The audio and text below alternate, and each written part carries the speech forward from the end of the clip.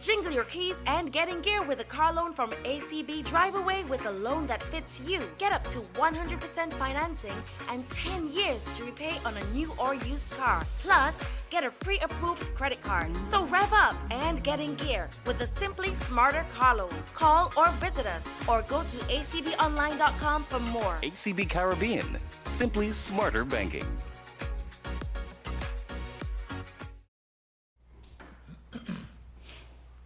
Happy Saturday. Welcome to Sports in Mandela. As usual, we start with a quote. Difficult doesn't mean impossible. Morning, Taddy. What's up? Hey, morning, Earl, man. Pretty good. That's the rain this week, which we always want, you know. I always want, except, like I was telling somebody the other day, coming down by the stadium and say, seating is wet bad, and the rain down the stadium, but when it's cricket, seating dry and the stadium wet. When it's cricket, we're not sure about the cricket field, you know how that goes. For some unknown reason. But Earl, I don't want to waste much time today, now, because you have a special, well, two special guests in the studio, you know.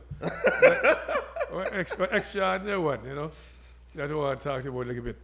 But then this one, the extra one that's sliding in us, because he say, he vex. He have talk about Kurt, yeah, wasn't steal. He put bat on them. He banged them both like 100 in recreation ground. So hey, you have to defend yourself. Kurt, you have to defend that. And Steele, you have to defend that when he comes. But I was telling you something about this. I told you something before now. When Kurt came factory for carrying the ball, she go out and let Earl. One ball all yaka. For St. Thomas, try some guy, yeah, man, straight drive, he dash over the almost. And he get vexed after he has all bunks he ball. I don't forget it. So, boy, that straight drive straighten you out. But he defend himself still, you know. So we can get going now, well, because we only have half an hour to 40 minutes with these guys. Well, good morning to Sir Kurt the Ambus. Morning, what's up? How are you doing? Good morning, Earl. Good morning, Taddy. And next to me here is a man who scored 100 against Swansea back in 1985, but we'll get to that a little later. Nice to be on the show. I can give about 20 minutes or so. Yeah. Because I'm kind of busy. But nice to be here again. Good morning, Barry. What's up? How are you doing? I'm fine. Good morning. Nice to see you, Earl, Sir Kurt the Ambus, and Taddy. I'm looking forward to the program. Right. Been a while, but nice to see you all, guys. But tell me something.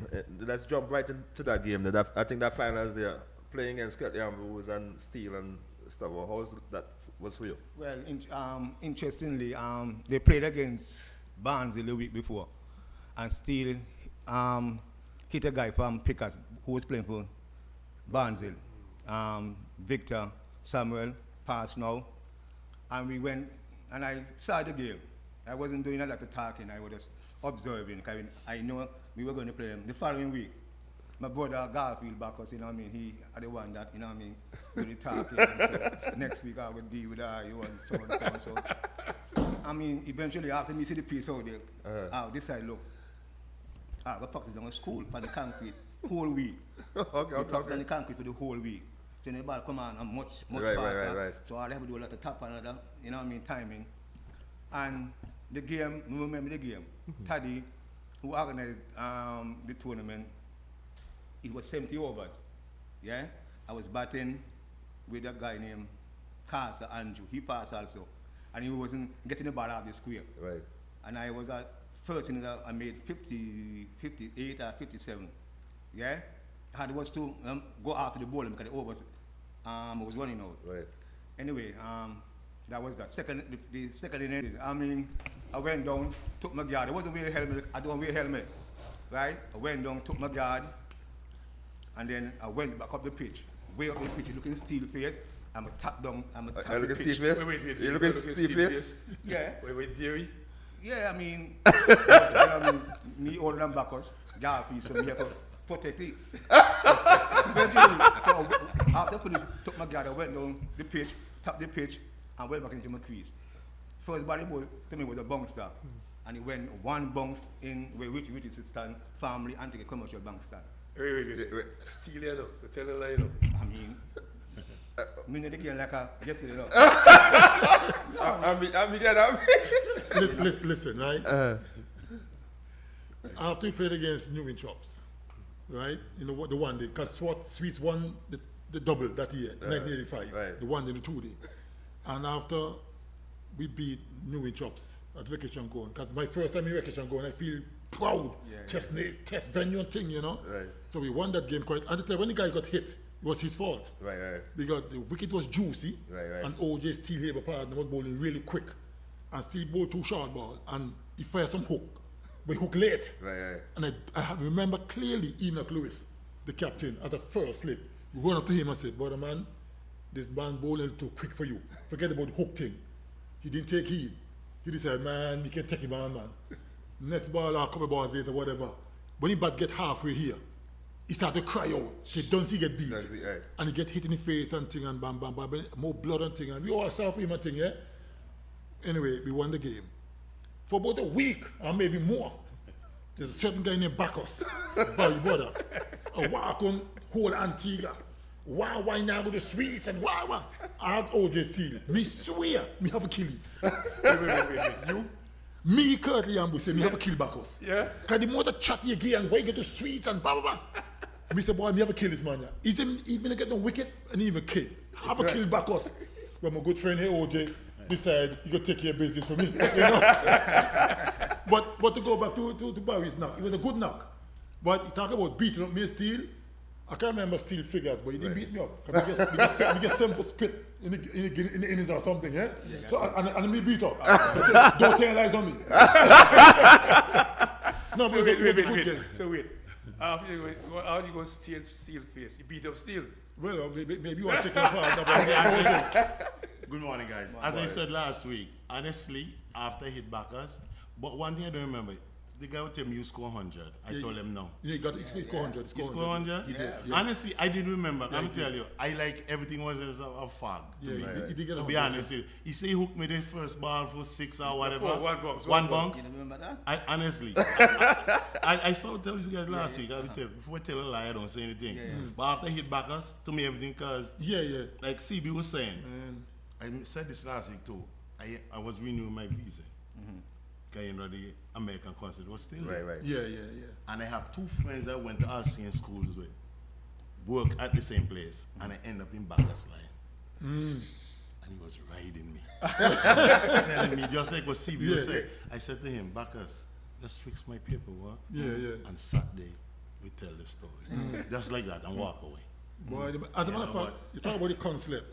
I went off my visa too. And this lady, you know, husband is a cricket freak, right?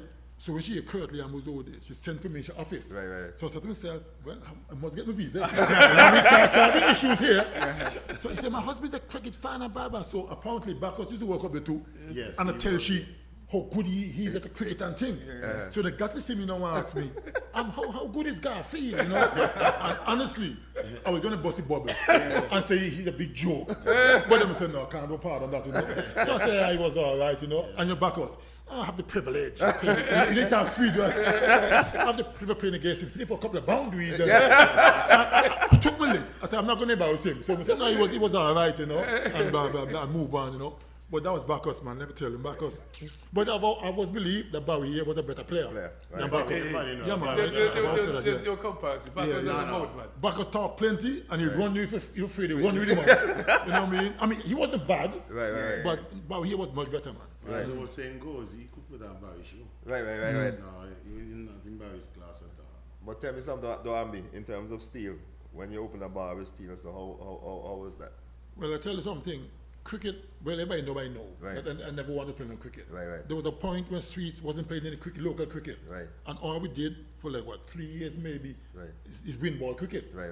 And the different parts of the village, like where I'm from, they call it Vicarage. Right. We have a team, OJ done from school. Right. So we say cool passer. Right. Not pasture. Okay, no talking Antigua, it's cool passer. Yeah. Then you got St. Anne's, but we say St. Anne. Right. That's done like a head to John News and So different parts. So we play competition, that was our cricket. I used to bowl and bowl good and thing and blah blah.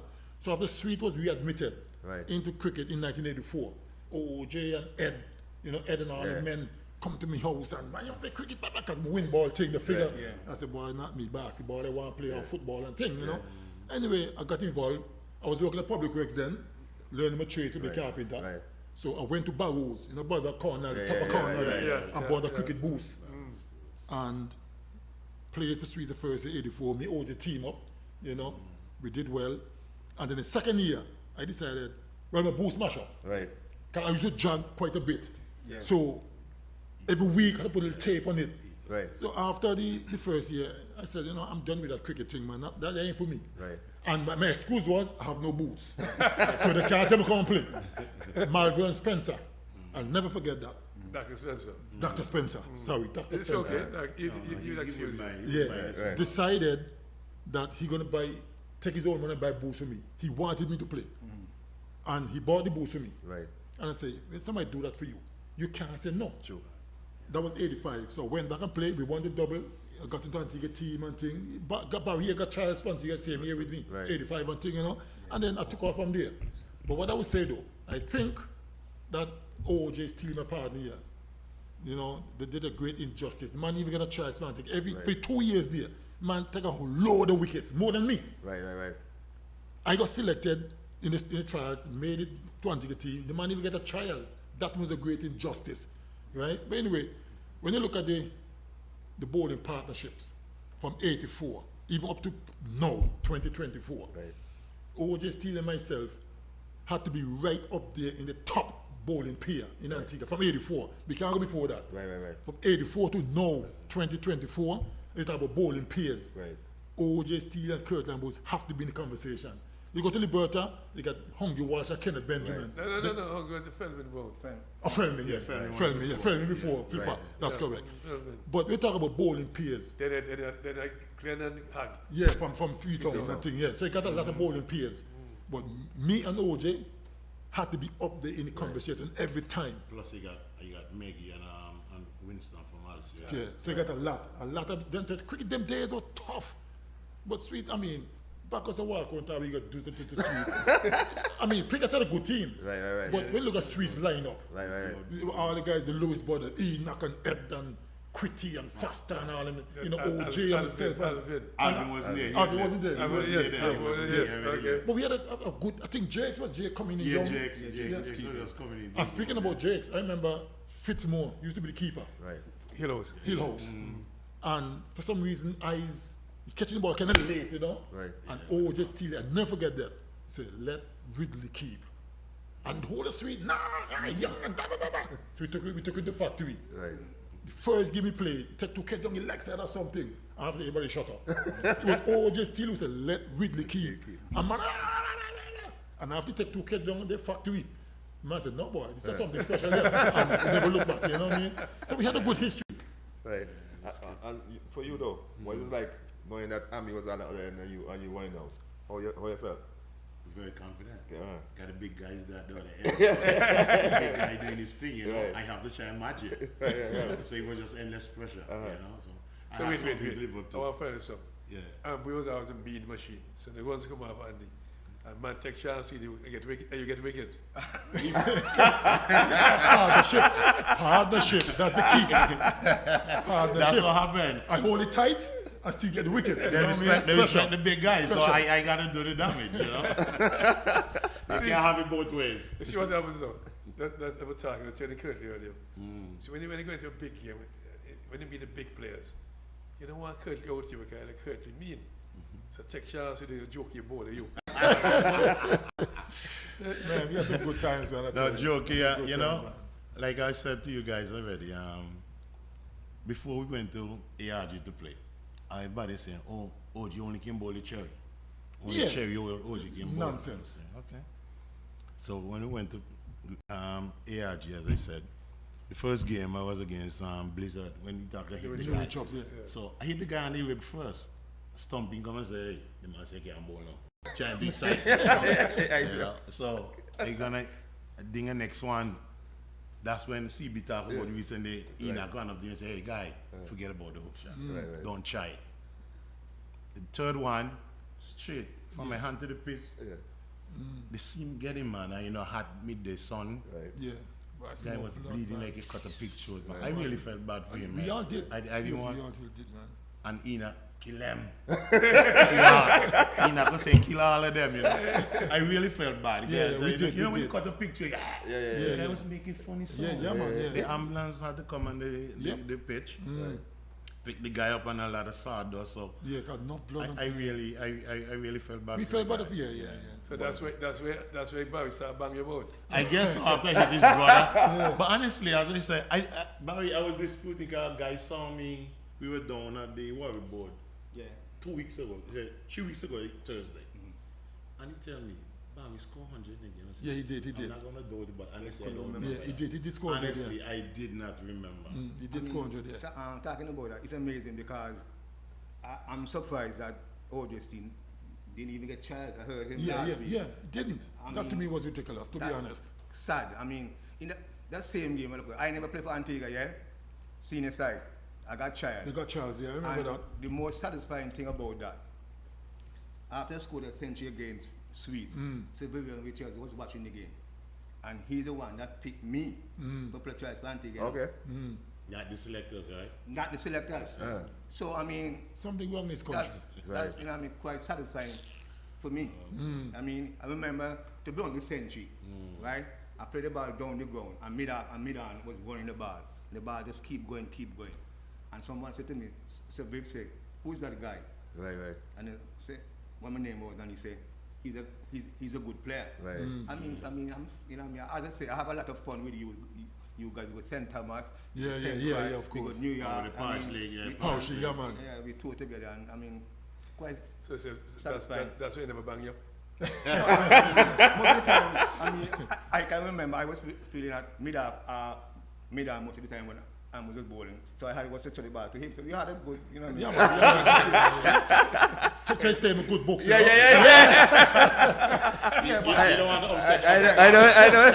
it's amazing. At the same time, I mean, as Taddy said earlier, we look forward when Yeah. Ambush come back home, Right, playing Thursday league. You know what I mean? Right. Cream on the crop. Yep, You of look forward course. to play against him. Right. You know? But I tell you you something else too. You look for, I remember I was playing for Mahaiko. Yeah, I was playing for Michael. And Ambi came back from some tour, yeah. to West Indies. He was playing for Liberta and 3 ball. And go bound. But you bang your boat? Money banging before. Test man. I see a man. See a ball, you bang. Hey, he had a good day. I wasn't he had there. a good day. He get 3 fours and that's it. I mean, What for happened example, after that? sometimes Weston was here playing, and Van Bakash was playing for England. Yeah, Right. Mark and, Wambakash. and they were practicing at St. John's ground. And both of us walked into ARG. And I said to him, why is it when them Weston is part with them at bunks? I ain't no hope. He said, they're coaching for dope. You know what I'm saying? Right. I mean, it's amazing. No, they play cricket different. You know what I mean? Rather than take them on them. And speaking of when I come back from a tour to play local cricket, when I come back, I always want to help out Swedes. Right. But I tell myself, I'm a test cricketer, international cricketer. I don't have anything to prove to nobody anymore Right. in terms of this level. Right. And see Marvin Spencer, Dr. Marvin Spencer, tell me again, call me to the side and say, listen, I noticed when I put in enough effort like you used to. He said, but I've done it to prove. He said, no. Yeah. You're international cricketer. If somebody watching the game don't know who you are, they must see a different level. I said, but I have nothing to prove. He said, no. If these guys beat you about, they ain't gonna say you're cruising. Right. They say be Kurt. You know? So that kind of resonated to me. Say, you know what? He's right. Right. So whenever I play for Swedes in local cricket, I rough up whoever. I can't take no chance. It's a pride thing too. Yeah. Marvin Spencer told me that early. When they come back, he must be cut above the rest. Right. You know, and I said, boy, that's good information there, yeah. So when I play for Swedes, it's always if you get runs, you earn it. Yeah. That was it, yeah. You athlete, you have to show your class. Yeah. Definitely. Marvin You're told me that. supposed to. Yeah. But it's good to see Barry come to set the record straight. No, they get on, He yeah. call Earl. He So called. Earl, bring him in so he can query. No, he did get on, I remember that. And got charged and everything, yeah, I remember that, yeah. So It was like I was disputing Barry. Yeah. As I said, No, honestly, I came down at the board. I tell the guy, I'm not going to do it, but I did not remember. I Barry, did remember. you get some blow, you can't remember. I would find amazing. With a great Who won the innings. game? Who won the game? Yeah, I won the game. You know, I mean, look, I opened second innings, yeah? And I don't remember who was coming from the bottom end, right? It was OJ. Okay, so Because I came from the province end and OJ from the bottom end. Second innings. Yeah. Yeah, the second Okay, line. We always. So- yeah. The first thing is I did from the top. Right, Okay, yeah. so Oh, yeah, OJ. switch one. So yeah, so, Yeah, yeah. so OJ beat me a few times. Yeah. And I can remember saying to myself, Bobby, let's support you, I'm like 100. Honestly, Right. I mean, confidence, I don't think no. Of course. Look, Yeah, the first no, time I go with combine with Partially. Parish League to New York, 86. Ralston Atto. You were there? No. Still you were there. No, I was already up there. No, I left. Okay, so I played mean, against you guys up but there. I remember the late Ralston Atto. Yeah, So Atto. I played at Baden Court for the first time. Swingy, and so me and Swingy open, one from Bethesda. From Bethesda, yeah. They were playing for Antigua. And remember, the first innings I played up there, I made 114. Okay, when I went home, back in New York, I was sitting in the chair. I'm saying to myself, Barry, then I bet on you. Honestly, then I bet on you. Zoal and me, very, very good. Yeah, But I use Zoal as example. Remember, when we were going to pick a school, we went across to Sunnyside, he was going to Sunnyside School to play a football match. When we got there, we got up on boots, socks, pants, and shirt mat. We didn't have any shoes, we had one shoe. We can't play with shoes. So I said to myself, boy, they're going to kill out, they're going to kill out. I'll hit in 13-1. And back to New York, when we reach home, I said, Barry, they're better than you. They're better, some of them more privileged than you. Yeah, right? yeah. Come from poor family, but they're better than you. So since we come back from New York, family tour day, me tell myself, I had enough, me had confidence in myself Right. that they're better than me. I only need the opportunity. You understand? But it's amazing what the tour does for people, you know. Can I tell Yeah. you something, you know? I remember it's one of the tours that really Richie Jacob took off from. Right. Yes, yes, Yeah. yes. When When he we went went, on the yeah. tour, he started keep the medium paces under the wicket. Seriously, he started stepping under some of the medium paces. Yeah, that tour. I remember it, if we were out in Washington and so on. Yeah. Yeah. So those tours, see, I say all the time, I tell the guys around there, when you get to your own environment something, they can say you're Kurt, your partner from St. Thomas and because look, I become friends. But when I meet each other on the field, Of course. it's a No, battle. It's a different thing. Yeah, It's it's a a battle. battle. It's a Back in the battle. rights. It's a battle, man. It's a battle. Okay, you want to do well, and he want out it, you know. Yeah. Of course. But see, cricket them days was so, the competition was so fierce. Yeah. Right? I mean, I find nowadays cricket get kind of soft, man. Too many rules and regulations spoil Right. the cricket. I mean, I've always said, even when I do commentary, I always complain about all these rules and regulations. Because for me personally, there's no better sight than a great fast bowler versus a great batsman. Hooking and cutting and ducking and jumping and flinching on a thing. Spectators love them thing. The cricket's so soft now. If you bowl a bouncer, a batsman hit you out the park. Next thing you hear, one for the One over. up, but yeah, So as a that's it. bowler, you start to think, should I bowl my second and final one or wait? So right to the contest done. Right. Yeah. As a bowler, you're supposed to be able to fire back and make the batsman prove to you That he you can can do do it more again. than one, You yes. give a second and hit it again. I said, Give wow. a third one. I give it, but nowadays, the competition is gone. If you bowl it 2 in a row, then that's if it's over.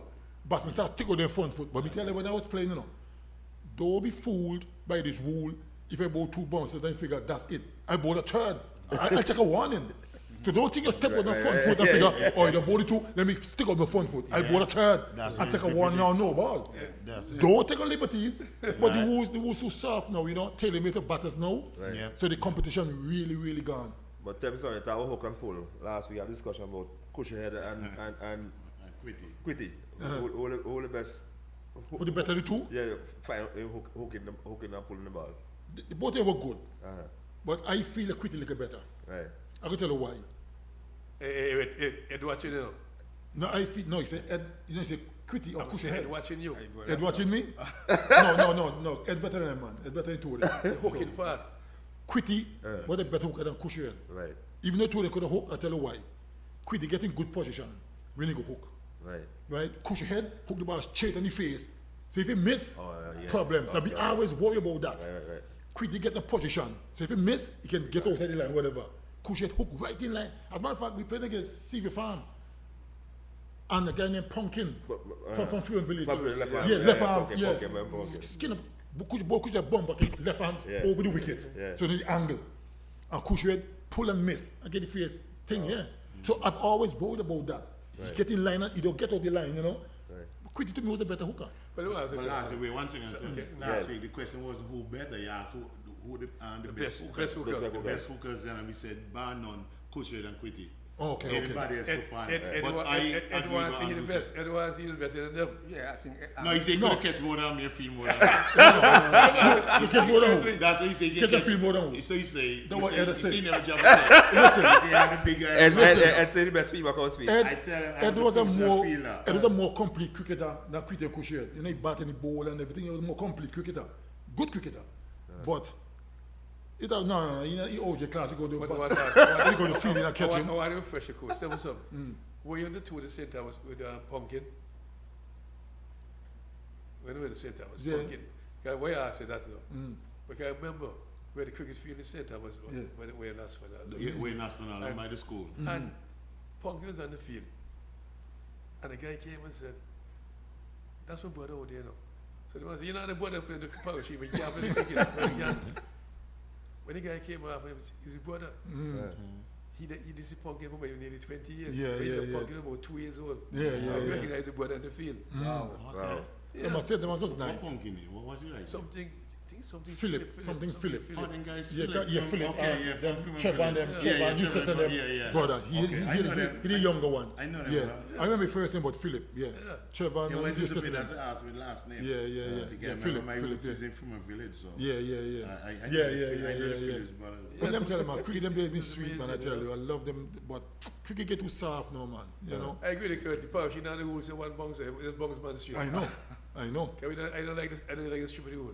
Yeah, So one it's a bounce, foolish rule because it take away the competition, and that to me they make no sense. And I talk about it every time I commentate. Right. People must have tired of me saying, but I will keep fighting. Well, they will change it. But I'm I asking Kurt, believe, you know. That's Kurt, what I'm you asking do. because when I watch the retired now, the news and left hand bowler, fast bowler, he don't bounce man straight. That a Walk part. by them. That a part of fast bowlers' arsenal. Walk We down. must have the bump in the armory for unsettled batsmen. Yeah. You know what I mean? And you can't take away that weapon. But I mean, you know, how can I The tell guy, you the guy something? Neil man? Wagner, he don't bounce man straight. Of course. But he, That's I, what I, it I is. like him. Right. He don't shot, man. But those whole things, man. Good to see you, man. But Ed watch now, you come back to the field and park. What Ed Ed? came Ed- on the radio last week. Ed, I don't know, and big said- fielder. And said No, straight about up. Ed. You see, never ever catch flight ticket. Yeah, but maybe the catch go to he. Listen. I took one catch in a slip for West Indies, right? Had a little hamstring thing. So man decide we ain't got to be sprinting around the field against Australia and Bishop bowling. So about first slip. And Glenn McGrath edge something. He kind of lob up. I had a big catch. He defend and lob up. So I took the catch in his clothes. So I keep telling people, I got 100% record for overseas in the slip. you can't afford that. So he said, we had maybe as take one catch or something, and you know, it's the same thing, you know. See, I was telling them, I started my career as a professional fielder. You Yeah, remember that? yes. I couldn't bat, I couldn't bowl, I couldn't catch, I couldn't do anything. Right. Start Because- scoring. Yeah, So and score then and I all kind of just thing. Yeah. became the best catcher and best fielder. In the afternoon, I tell you, we used to have a picker side. Right. As whoever captain, you know, you have a captain Yeah. first. As long as you get a captain, the first name they call a Don't Dondo. forget, Yeah, right. done. Yeah. Dondo. That was the call they back then, Dondo. Everybody Yeah. was a Dondo, but the name stuck with me because I was the worst. Yeah. And I tell you, It I was a joke, gradually yeah. came, I got better, So Ed was yeah. saying last year, but I just stopped. What, Ed? Because everybody up in there, see, I'm No worry, no, I'm Ed. the big guy backing me up now. Ed Two against one. Ed couldn't feel like it's better than OJ's team. Don't worry that. Ed, stop telling lies. Okay, Taddy, 1 minute. You remember the same day we had a competition, we had a 2-man competition. Yeah. For people up a thing. Yeah, I fine. used Cushy and went to the finals. Yeah. Me and Cushy held up there at factory grounds. Right. And And I it was was double feeling wicket- for everybody. double wicket thing, Nobody could pass me on the catches. So my head took that last no, year. no, I no, just- no, Ed, No man. steal. How it happen? Father back here. No. We played together for He not years. just backing up because my partner is the truth. Ed couldn't feel Let like the catch truth more be than told. OJ's team. Let As a the matter of truth fact, be told. a bat pad, Ed just feel most of the time. Fancy a bat pad, you just feel. So if you feel a bat pad, you can't be a big fielder. You have to go backward point, extra cover and thing. Ed, stop with choppiness. A bat pad, you feel. Back, a special field there. Yeah, well, yeah. But you know what I mean, anyhow. No, but Ed knew he was them better than OJ's team because of batting and catching, man. Sorry, feeling and catching. But That's what we wanted to tour them this year for years now. It's Curtly and Steele. When the Curtly come from time, they was Steele, live in America. Video, Well, you know, yeah, Never you get to know come it is, around, man, but yeah, yeah. have Barry. So Barry is the one put bats on them. No, and no. the plenty people put bats on them, no. Well, no, he played well, like we say. Once you get someone against us, you earned it. Yeah, we can't giving you So nothing. he had a lucky day. No, I won't say lucky. He played well. No, I remember the 100. Oh, you couldn't buy But the I 100. understand, but I said to them also, not because I didn't remember the 100, Barry was a very good back. Of course, but I've always I said know that. we know Much from better than school. Bacchus. We played, Yeah. played against each other in school. It was Clay Hall, right? You went to Clay Hall? Yeah, I remember playing against Alcine. All Saints, yeah. Yeah, Clay Hall and All All Saints, Saints. I was in second I year. was playing at St. John's and I made a half century. I don't remember playing against you. Yeah, man, I was in second year. In school. I'm not doubting it, I just don't remember. Well, you know, when I was school, a lot of years that ago. But I mean, you know, but when you make runs against Sweets, you earn it. Because we're not giving up now. We just cut short. You know what I mean? I mean, there was very, very competitive. Of course, tough, man. You're talking about peers. You have you and OJ Steele. You have Hug and Glenn. Jackson. Yeah. Glenn Jackson. Yeah. Because you That's a had, Swiss man now. You have Sex and Jeremy. I remember they get 80 something. We get one those same age. Right, that right, we- right. those- you know what I mean? Yeah. A lot of wicked. Yeah, man. I mean, a lot of fast bowler came out in the 80s. I mean, it was Of course. very, very competitive. Yeah, man, You of have to course. can't hook. Right. Yeah, Yeah. yes, Well, true. you Very can't- true. In Parish, he was all fast bowlers. Yeah, Of course. Yeah, fast I had him in spinners. Yeah, I know. Yeah. Yeah, man. Back up a little bit. Name I call Glenn Jackson. A lot of people know that's a Swiss blood there right there now. Yeah. Okay. Yeah. That's He Freetown, man. lived in Sweet Glenn Jackson. Then he moved to Freetown. Freetown. So I gave Freetown the fast bowler. Well, no, I have to. Yeah, We had not, you know, we could have. We had enough. We Had had the luxury, enough. had the luxury to do that. We could loan him out. Yeah, man. No, but cricket them days was Glenn was really a very good. good bowler, man. Yeah, man. Very, very But good. a man, I ask a question. Who working along with West Indies fast bowler? If you working along West Indies fast bowler to fine tune their skills and their skills. Well, I've always made it known from the time I left cricket. That's why I went to do all these coaching courses, you know, up to level 3 at the moment.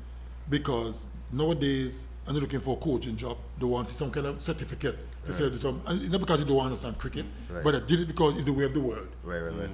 I've always made it known to Antigua, Leeward Islands, West Indies, the world in general. Because giving back to cricket means a lot to me. Right. I've learned a lot over the years, and I figure, boy, it doesn't matter if it's local or foreign. Right.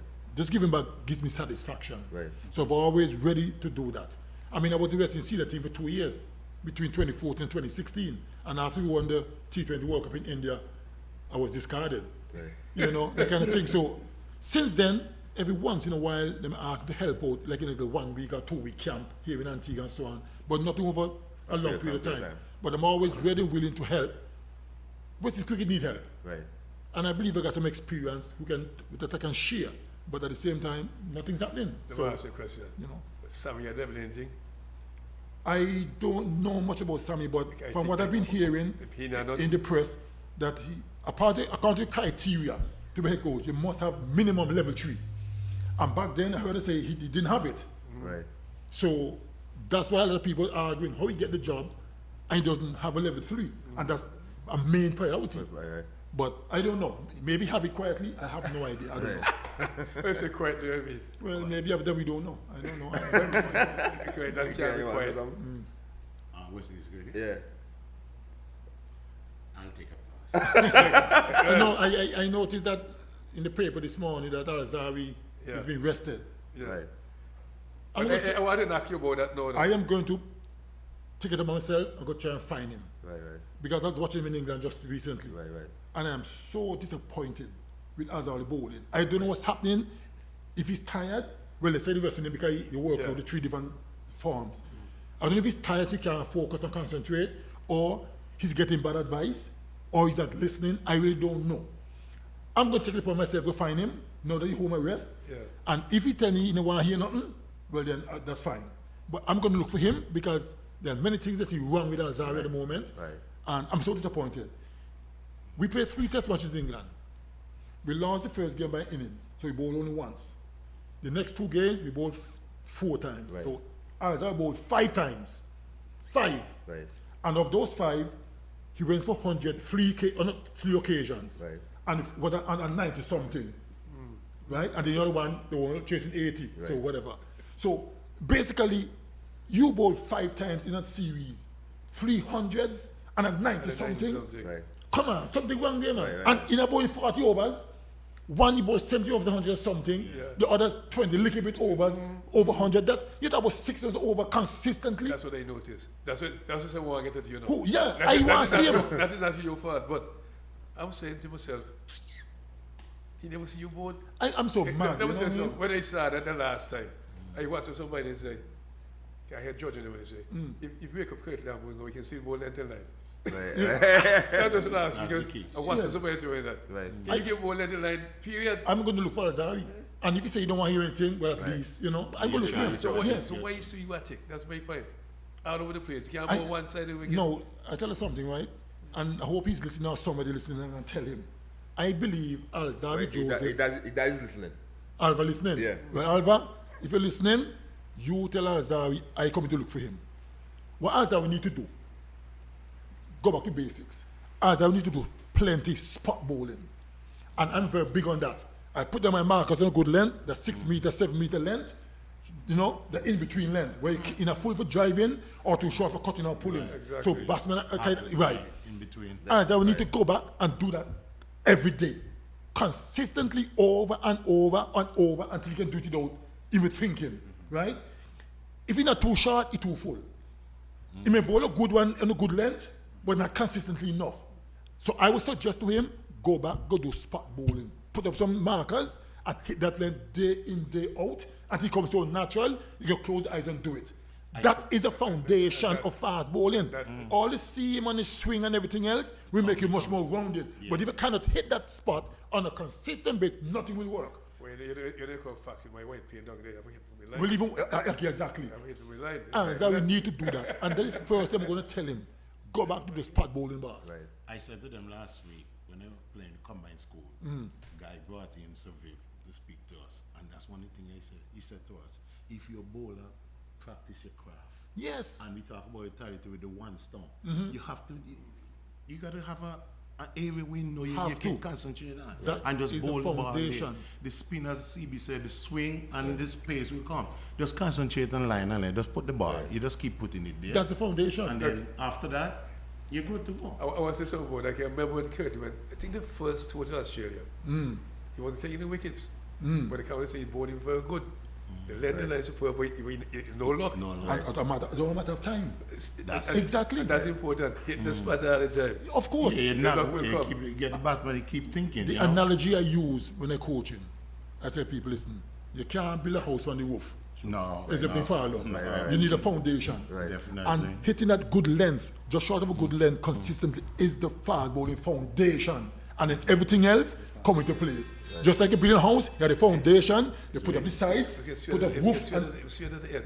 you know, and everything. Ed, the call. I only have 5 minutes. Ed. Yeah, we. Yeah, you gotta go, yeah. Hello. Hello, good morning, man. Good morning. Nice program as usual. Listen, I just called to big up the 2 sweets, man. You know, Taddy can't manage the heat, eh? The guy night? Night. Night. Sweet man. Night. Yeah, But yeah, it's yeah, a yeah, look back to the Come, 2 come, sweets, and come. really great discussion by Sir Ambrose. And tell Steve, I still live the same place. I'm going to check me for our talk, all. So then right, you Steve, do all wait kind today. of program and say all kind of things, and you check me for our talk. Yeah, it took a whole month. Time constraint. No, he wasn't. Time constraint, man. You know, the family was here, so I have to do the family time. You know, I have to go back and live with the wife and the children, you know, so my time was very limited, very limited. No problem, man. You know how the thing go, man, but it's just good, you know. I missed last week, if you were on the program last week. A little while I had some time, someone said, wait, still here? Yeah. You see, well dressed up. I'm on my way, I'm leaving for the Right. mission to the airport. Night, you're the football man. I want to find out something. He and Curtly, that's they're good football. Any of them any good at all? Listen to me. You see the thing the Swedes will keep telling you now, and now it changed, you know. Everybody at that time used to play more than one sport. Thank So you only very now much, you have Tommy. one sport Thank in you the very much. community, you know. Taddy, one bit little me OJ. Thank you very much, Karen. Yeah, but all the best, guys. Yeah, man, take Good care. night. Thanks for calling. All right. Yeah, man. Yeah, guys. really one, yeah. The last couple of times, you guys have to go. Yeah. Yeah, I gotta go. Well, it was a pleasure sitting with the big fella. Right. Of Yeah, course. you know, we go way back, and Way those back. days, man, they cherish those moments. Right. I was just ashamed to see what carrying on in our village. Yeah, and true. The whole Caribbean and the whole. Right. The standard is no. Like I said before, I tell people when there was no money in cricket, Right. we were the best. Of course. Nowadays, money in cricket, we worse than the worst. So what cause that? Coaching? What cause that? It's coaching, and like the players, them they don't have no. What word I'm looking for right now? Pride. Thank you. The pride. The pride is not there. Before you play for the Caribbean, it's the whole Caribbean. You make the team, but right now you just like they want to get there to get a paycheck, Right. and that's all they're concerned about. Sad, Putting man. money in their pocket. Sad. Back in the day when Viv them these guys are playing, man, it's about the whole kind of unity, Right. you know. And to me right now, all that is lacking. And then again too, at the grassroots level, the softball. Nobody playing softball. You have to play You play softball. softball, but Well, about 10 overs and yeah, this over and fine. You 6 need over to like play. that, You that's it. need to play softball on a regular basis. You know, sunrise to sunset. That's how we used to do it. Right. Playing till they can't see no more. But the commitment is not there, and Right. they need to get back to it. And as I say, coaching too. Like I heard somebody say last week, this guy said the coach, then the coach he died. Right. Tell you when you come back home, the local coach or something like that. They'll bounce If it. you're a coach, you're a coach. Right. You're supposed to see the weakness in the person's game. When he's a batsman or a bowler. Yep. And you're supposed to, you know, call him out on it and say, okay, we're going to the net, Right. and here's what we're going to work on. So there's Andy? a lot need to be done. We're going in there. We got to get out. You want to get out too? Yeah, of course. You got to catch a flight. I'm going to give Catch you a flight. 15 minutes overtime. You know? No, Hey, you're in your part. You're in the element. no. You see, cricket is a hard sport. Right. And I'm happy to see guys are making a good living now. Because cricket's so hardest sport in the world. Right. And we never made nothing. So I'm happy for that. However, if it's all about making the money and you don't take pride in the performances, I have a problem with that. Right. Because my firm belief is when you're successful, everybody going to want you. True. So the money will come. Definitely. If you're not doing well, you make some money now, and then in a couple of years, you don't do well, nobody wants you, your money gone. True. Look after the cricket, take pride in the performances, and the money go always, because people want winners. Right? So if you're telling me, why I'm making big money, I don't care about performances, I have a problem with that. You must be proud of what you do. Right? And we just need to look after the cricket. Right? Like I said, you know, I'm always available. Right. And once they tell me come, I'm not going to say no. Right. Because I love giving back. It gives me a lot of pleasure. But at the same time, I have my pride. Taddy, I won't come to you and beg no job. Forget embarrass me. Right. If you want help, Taddy, seek me out and I'll find the time. Because it could be embarrassing, you know. I can go to you and say, Taddy, but notice, where trouble from? No, you know, embarrass me. So, you know, but I'm going to take it on my own to look at Zahawi. Right.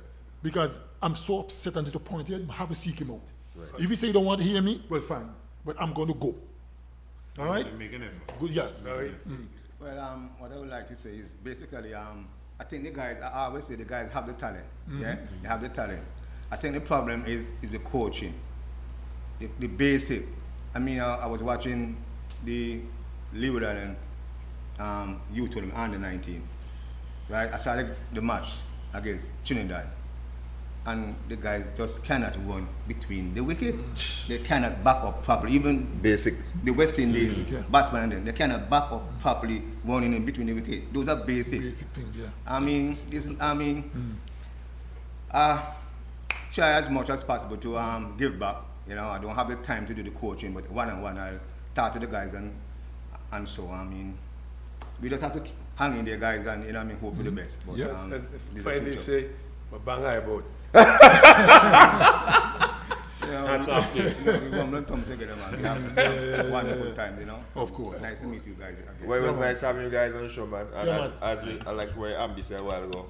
Make sure you find Zabi and some. I'm going to find him. That in that series, you're going to have three centuries. Yeah, and a 90 something. Yeah, and that's not good. And it's not like he bowling 40 overs. Right. That's acceptable. But you can't bowl 20 overs for 100. You talk about 6 runs over consistently, not good enough. not good. I'm going to look for him. His father and I get along very well, and he know me. Right. So I'm going to look for Alzawi, man. The joke you get about that, Right. they say Alzawi and West is the best batsman. Hey, best batsman. Okay, you are century, boss, especially. Listen, guys, I'm out of take here. a break. Jingle your keys and get in gear with a car loan from ACB. Drive away with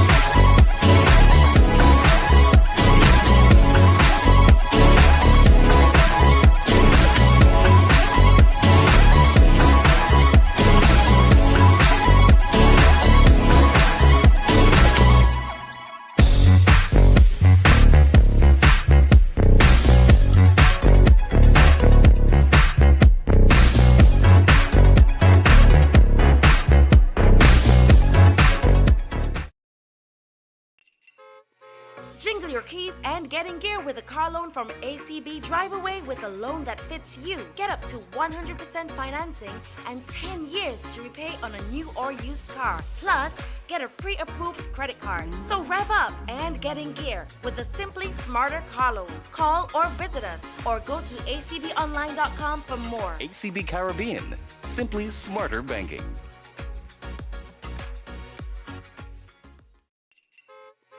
Jingle your keys and get in gear with a car loan from ACB. Drive away with a loan that fits you. Get up to 100% financing and 10 years to repay on a new or used car. Plus, get a pre-approved credit card. So rev up and get in gear with a Simply Smarter car loan. Call or visit us or go to acbonline.com for more. ACB Caribbean. Simply smarter banking.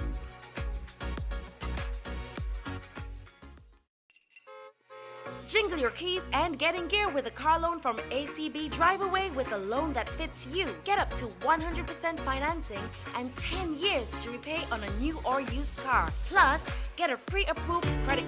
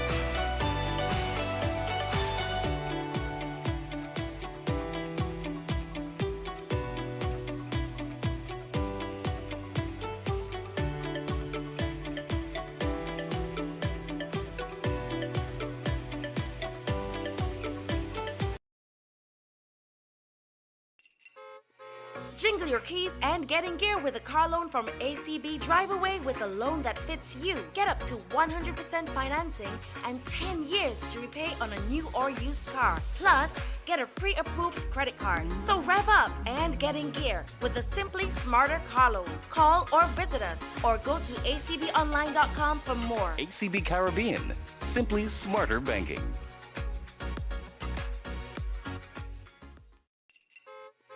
Jingle your keys and get in gear with a car loan from ACB. Drive away with a loan that fits you. Get up to 100% financing and 10 years to repay on a new or used car. Plus, get a pre-approved credit card.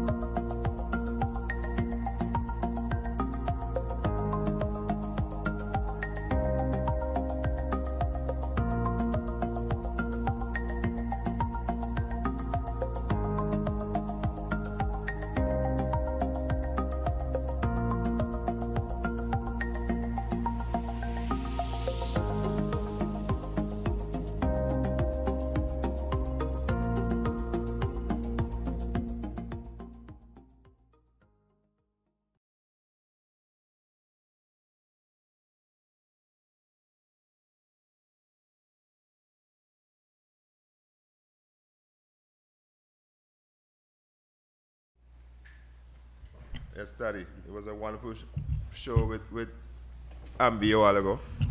And now we had a great Cannon and a great Sobi comes with us. Yes. Talk about the good field days. Yes. Oh, yeah. So good morning to you, to first Sobi Grums. How are you doing? I'm good. Right. Blessed to be here. And Cannon, morning. Yeah, well, you have to tell me nice name. I mean, as Cannon, but you have to give me your what you call it, English name, the legal regular name. the regular name. Michael Lindsay. Oh, okay. Lindsay, better known as Cannon. And the man famous about play people. No, you can't put that out there, man. Well, the guy, Field tackle. the guy say once he in the defense mode, you know, you can't go close to him. Can either say get a kick or a punch or something. I don't know.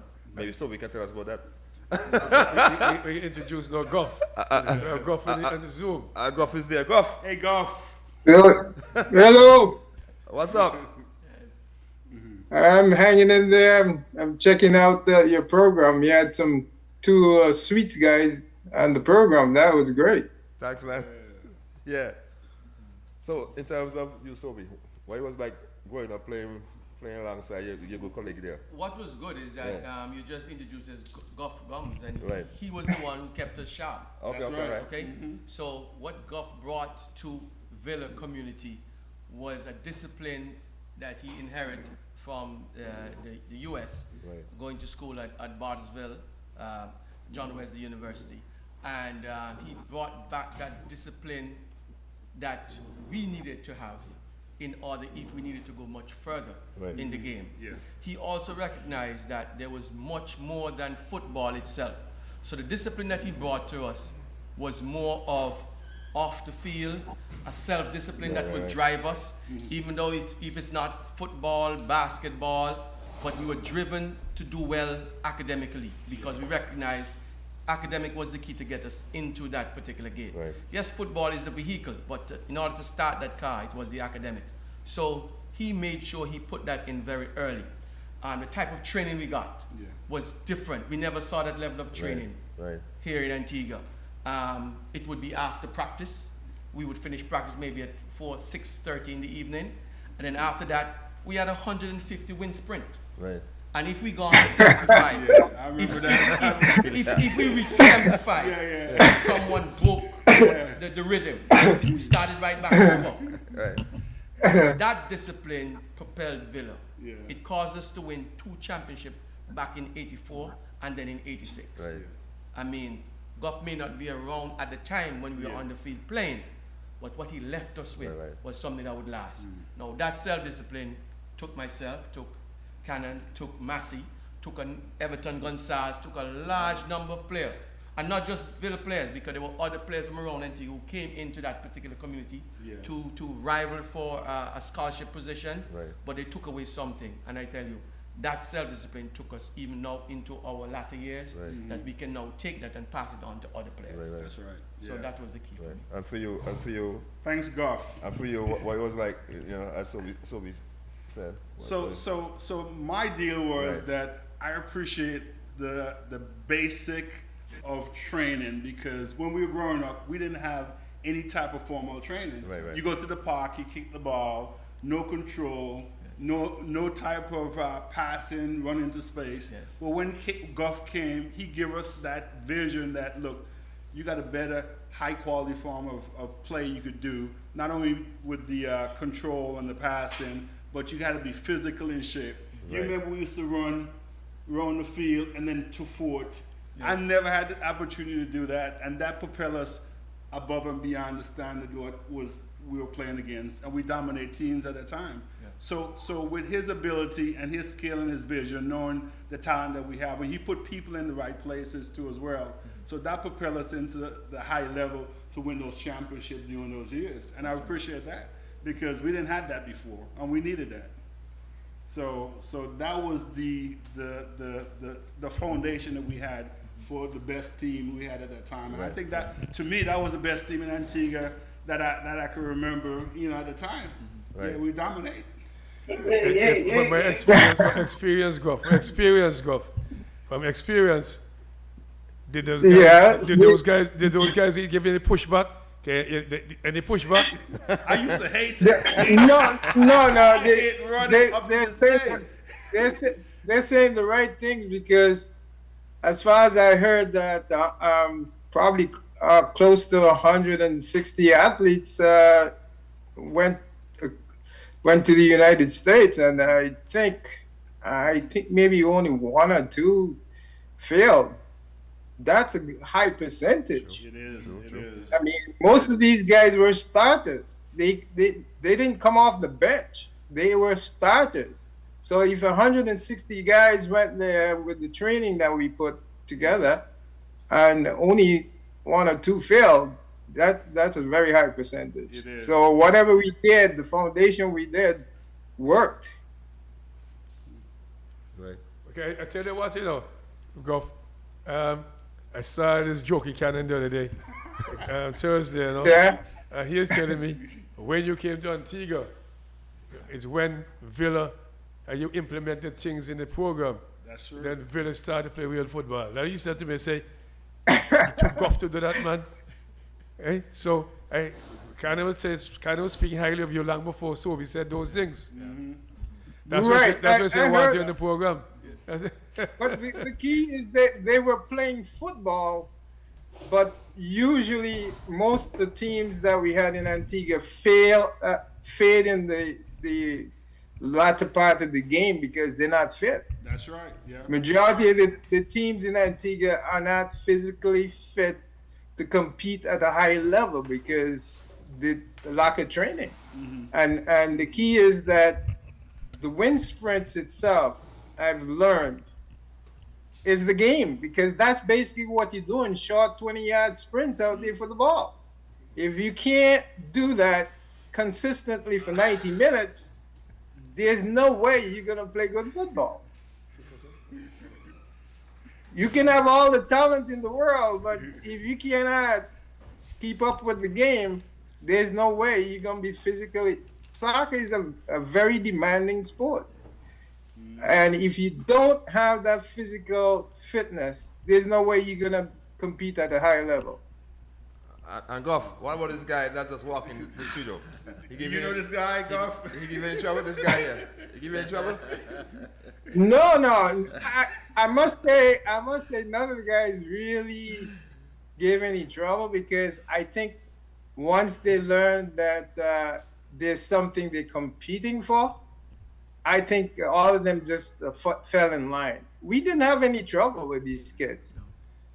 Not the thing, because when you see other people leaving with scholarships, there's something at the end of it.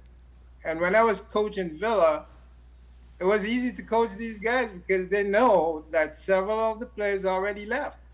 So it was easy. Hey, Gruff. I've been on this coaching business. I've been going to coaching business for ages. When you push guys to the kind of limit, they kind of resist and get a little trouble. So I want to warn you, first of all. Remember you're good. Remember your father's a good preacher, man, Christian guy. Don't tell a lie, Don't tell a lie, Talk the truth. I'll tell you, I would say just minor problems. The only I remember one situation when I implemented, hey, if you don't come to practice, you don't play. Yeah, I remember. All right? Yeah. And I remember Ickford Roberts had a little problem with that. And everybody was mad at me. No, but the key is that if you don't come to practice, you don't play. And we don't have any stars on the team. It's a team game. That's right. If everybody can be at practice, there's no reason that you shouldn't be there.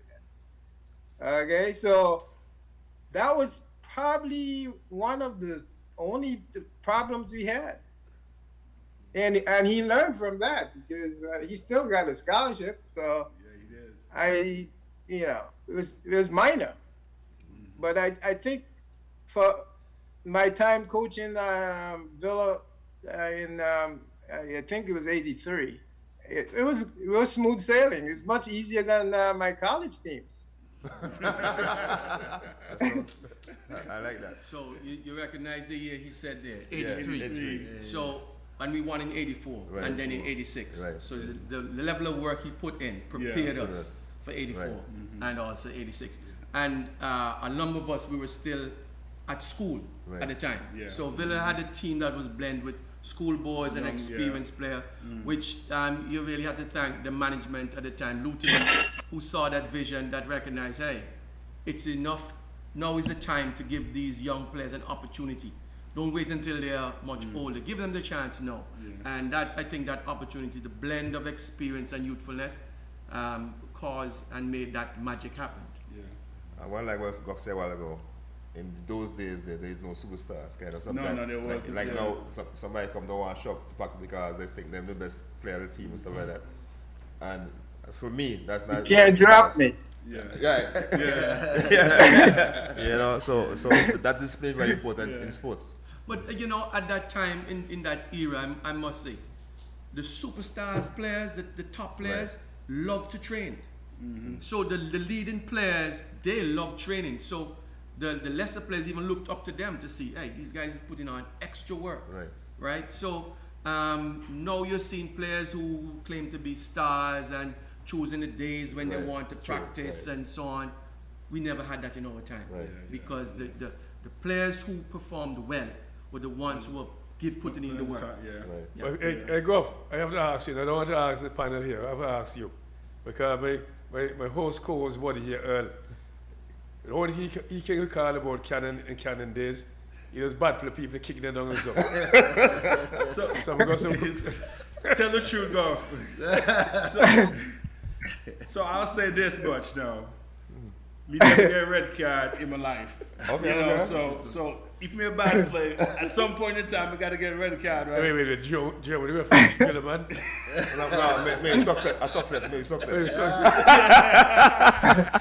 Every tackle we do a good fair tackle, me go after the ball. Right. You know, but my philosophy is you get the ball or you get the man, either one. You know? You make sure you got the ball first. You get the ball first. Exactly. Even that's a league attacker, right? Yeah. So that's my philosophy. You know? I think what was important with in Cannon's history and his days is that I think he was the most feared player around. And he was one of the youngest defender at the time. But still going to Princess Margaret School, pure strength, brute force, but he had a level of control, and he was a very strategic player, very strategic. Maybe strategic. Strategic means at that time you would call he was a Cooper. Yes. Just waiting for the right time. And it was so. And at that time, we played with a sweeper. So we had the stopper who was in front of the sweeper would be the one who made the first commitment. So he would make the first. So that first stopper now make that leap, make the plunge, push the striker in an awkward position as he turned to receive the ball. They was coming, cooping right around. So in the era and time, I think his timing was superb. I think that's what we take a lot for granted. Because you can have a big player, but he's just clumsy in terms of how well he times the ball. He's going to tackle a man, but he misses the whole ball. That's what he's right in saying. Never got a red card because he was very fair, even up to the collegiate days when we were in university. Cannon was still a feared person. When we met Cannon, you played against him? We did. Hardersville against SNU. So one game in the kill Bo Sankey. One of our Antiguan players. But Funkai. But I mean, with increased strength, knowledge of the game, understanding, boom. Cannon was a force to be reckoned with. Go, Goff. I'm going to enforce again. It's Darren Michael. You know the jokey Darren Michael guy, right? Well, the thing is, what they can recall about Darren, he's playing, he was very well dressed lead guy. Very well, But he never played anything good. What do you have to say about that, Goff? Well, we all have our roles. Yes. So what Darren had? Huh? As the midfielder, Didn't Dow play most of the He midfield? got consistency. But what I can say about Darren, right? Because we went to the same university, went to the same year. Darren's performance out on the pitch at the time when we played against John Brown University. We never had any Antiguans going to John Brown University. Darren's performance on the pitch. The coach for John Brown University started inquiring, who is this guy? And immediately he wanted to recruit Darren. But because we were from the Antiguan Villa connection, he went back now to the sports and game department and got on to Mr. Brand. That's where the connection started with Michael Samuel and the Empire setup, Yeah. with you Both have White. both White, but even before Both White, yeah. you had Schiffer, yeah. and you had what's his name, midfield Epilos. Epilos, yeah. Among the Yeah. first stalwart. Yeah. It was pioneered through the performance of Darrell when we played against John Brown. He dominated inside the middle because John Brown were recruiting from Trinidad and Jamaica. Those are two black players at John Brown at the time, right? And immediately, hey, they wanted a midfielder who was, so that's where now the connection. So you see Antigua being on the map because of the likes of performance of the Darrell Michael. Yeah. I can speak for it because I was there. I actually witnessed what was really happening at the time. They were even looking to recruit Darrell at JBU. Wow. But out of respect, we didn't want to break that unity and link we had there. So the connection made through the Ministry of Sports and Games, and Epilos and Schiffer were among the first pioneers from Empire to start the link up at John Brown. So and they had a very healthy relationship there. So not only Goff was getting guys for his college, and the performance cars that To open doors for others. Open doors, yes, Because the quality of play was Usually, so high. Yeah. usually that happens because basically when I was recruiting kids, I went down and see some of them at Marian University, and they were playing there, and they were playing against other teams, and other coaches would come up to me and ask me where those players from, and then I'll get contacts that way. So that's a common thing. And that's why we have several universities that were recruiting Antiguan athletes. So it's not only Battlesville and John Wesley College and a few others in the South. There's a host of other teams that we had the options to send people to. But in terms of football now at Villa and stuff, what's it like? It's still the same kind of vibrant stuff happening? Well, down at Villa, it's a very vibrant program. We just completed the Premier Division for the Antigua Football Association, and what we did this year, we had what you call a Youth Premier League, where we looked at a grouping from under 19 and an under 17. Right. We recognize those two particular age group. There's a hunger to fill right within there. We recognize a lot of the teams have 18 and 17-year-old players, but just not getting a look within their setup. So that Youth Premier League was created to give that opportunity for those young players. And with the under 17, we're able to capture the 15 and 16-year-old players within those two age groups. That was very, very competitive this year. We were able now, Villa among two other clubs, Villa and Wings, were able to have two teams in both competition. However, Villa was able to win out the under 19 Youth Premier League and was first runner-up in the under 17 Youth Premier League. So Cutting Edge would have won the under 17, Villa was first runner-up, whereas Villa now won the under 19 Premier League, and All Saints United was first runner-up. So the atmosphere and energy that's happening within the clubs is very high. We encourage the other clubs around to continue to invest in the young players, because that's the feeding and building ground for it's a first division team or Premier Division team. Outside of that, you're going to be just building a team instead of a club. In terms of discipline though, like we got talked about earlier on with you guys, how do you find discipline with these youngsters these days? The discipline has not been 100%. You kind of laugh like you kind of know something. More difficult. Definitely more difficult. I think it stems from who is actually coaching these players.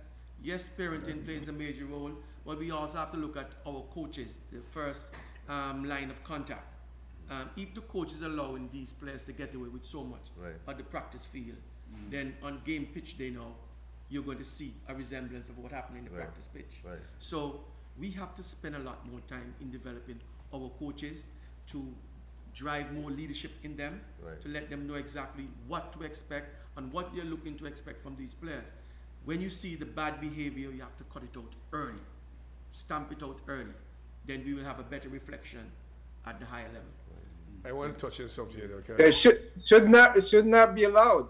Should never. Yeah, Period. So I want to touch on something that I heard mentioned the 19 and the 17. What happened to the 10 and so? Okay, when I watch football, Right. I was gonna go there. Son is playing the 10 and 9 and something league. So Yeah. why not start younger? That's my question. Well, we are looking to go younger. What we don't want to do is to encroach on the youth academies, because all across Antigua we have Generation X, we have Wings, we have Villa Soccer Academy that will put on youth tournaments. And each of these tournaments, they will have leagues. They have as far as U7, U9, U11, and U13.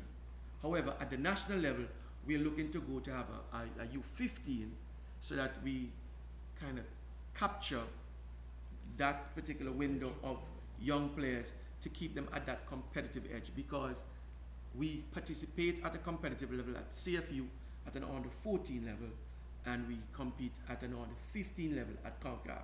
So at the national level, we will be looking to host under 15 and an under 14 league, so that when it's time for us calling the national team, it would not be of a major struggle. At the moment, what we're doing, we have to be scouting for players out of these youth academies, youth leagues, to select players for our national under 14 setup and our under 15 setup. Our under 15 girls will be leaving later this afternoon for Trinidad in the CONCACAF under 15 girls championship, and our boys will be leaving on the 13th of this month for Trinidad in the CFU under 14 boys championship. So I certainly welcome the initiative of the lower age group in terms of competition, but it's something that we are looking at. And to add what Sophie was saying too, we're also looking to help them out with the coaching, because that is the most important thing. We have at the ADFS started D-license courses so they can get accreditation, and to bring them up, teaching them the right principles and the best practices. As you say, it's a little bit more difficult in our time, not as much distractions and not as much other things happening, but you know, teach them the right ways of dealing with them. Because as it Sophie said, that's the first level you have to deal with is the coaches. So bringing them through that period and that pathway with the coaching environment also, we should be able to get better players and in the future. But I've asked. Going back to what was said about the leagues, I think we have a problem. Taddy touched on one thing there that was very important. We are playing in CONCACAF. All right, we're up against Canada and the United States, and every one of these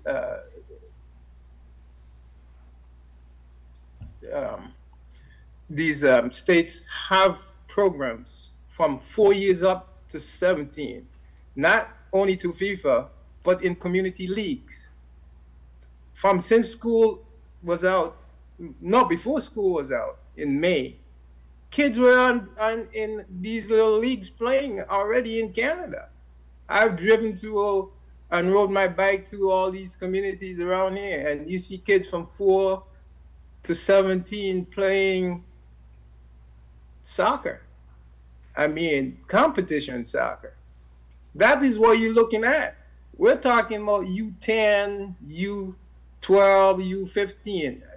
People are signing kids now. There's a 13, 14-year-old girl just signed a contract with NWSL. We are definitely way behind.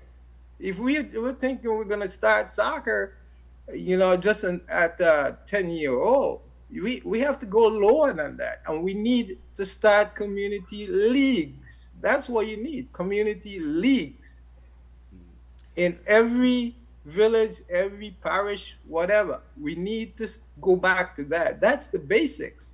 But you need to go bigger than just U17, U15, U10, or whatever. It's more than that. Soccer we're up against a lot of talent. You know, Culture Guff, parents are not gonna let go no 4 and 6-year-old, 7-year-old going around the streets right now. You have to get them right there and they spend the time. Not even that. Look, most of the parents don't even want look. to leave the kids there with the person anyway. Was too long now. Hey, when I started coaching the United States, they used to tell me that too. And look at what ASO has done. Look at what ASO have done to soccer in the United States. It's to be reckoned with. Of all the sports in the United States, soccer probably has the biggest registration of any group you can think of. Actually, basketball and football parents put their kids in soccer because they know that footwork leads to better players in the NBA, in basketball, high school, and football. I am telling you, when I used to coach high school soccer, I used to hear that from the coaches. They always tell me, hey, they put their kids in soccer. So you can go at that thinking that, hey, look, 4 and 6-year-olds shouldn't be playing soccer.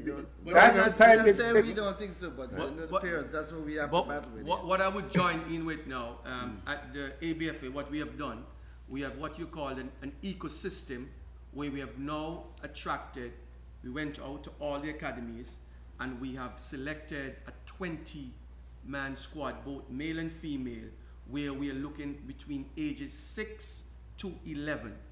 We have picked our top 25 players throughout the country, where we are doing training for them 3 and 4 days a week at the technical center. We started this just as the summer was out. It is our ecosystem, and we're using that particular system to feed into our under 13 and under 14, because we recognize that in order to have a vibrant under 14 girls program or under 14 boys program, something must feed them. True. We can't rely only specifically on the leagues and so. So we start going out very early, and we have picked 2 of our best coaches, top coaches, to work with these young athletes. We have 6-year-olds, 7, 8, right up to 11, and they're in training 3-4 days a week. We have been doing it since school is out. It's something that we grab a hold of. We are looking forward for greater development, because I think what we are looking to do now is to develop with purpose in mind, and be intentional in what we are doing. Right. So we geared towards that. We know it's going to be over a period of time. We understand the process, but we are willing to commit to it. Right. No, so I want to say something, Goff, I'm siding with you. I'm siding with you. I heard Darrell with a little. Yes. Like no good excuse. I tell you what. That's the excuse. That's the excuse. I tell you what. Reality. What Darrell fails to understand. This can be done in school. It can be done in school. All those students, they go to school. They can put the program in school. Got you. They can go play in That's school. what They the don't have to go outside the school time. Get them playing at a young age in that school. is where the Americans are killing us with, because their schools are organized. Elementary school, they already figured out this a long time ago in their PE programs. And they feed that all the way up to high school. I'm telling you. And all elementary schools in the United States have soccer fields. So. Okay? They have their own soccer field. So, like Villa School would have their own field. Yeah. Hey, Villa School, you know, Villa do have a field now. Villa do have a field.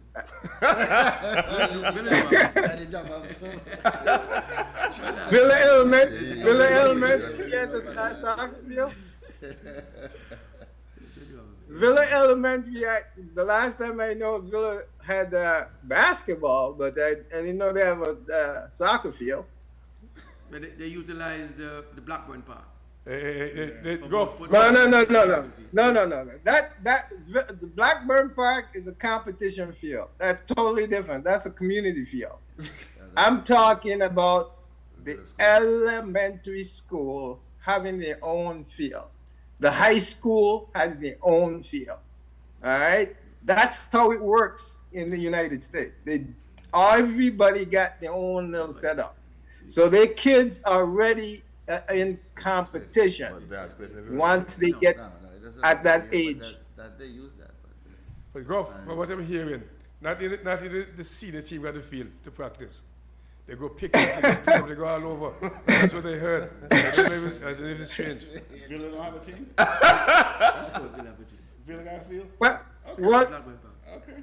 You and I had a chat about that when I was there because they tell me in a PM school, right? They Yeah. have 5 teams, right, competing, all right. And I don't think that I saw one team practice when I was there.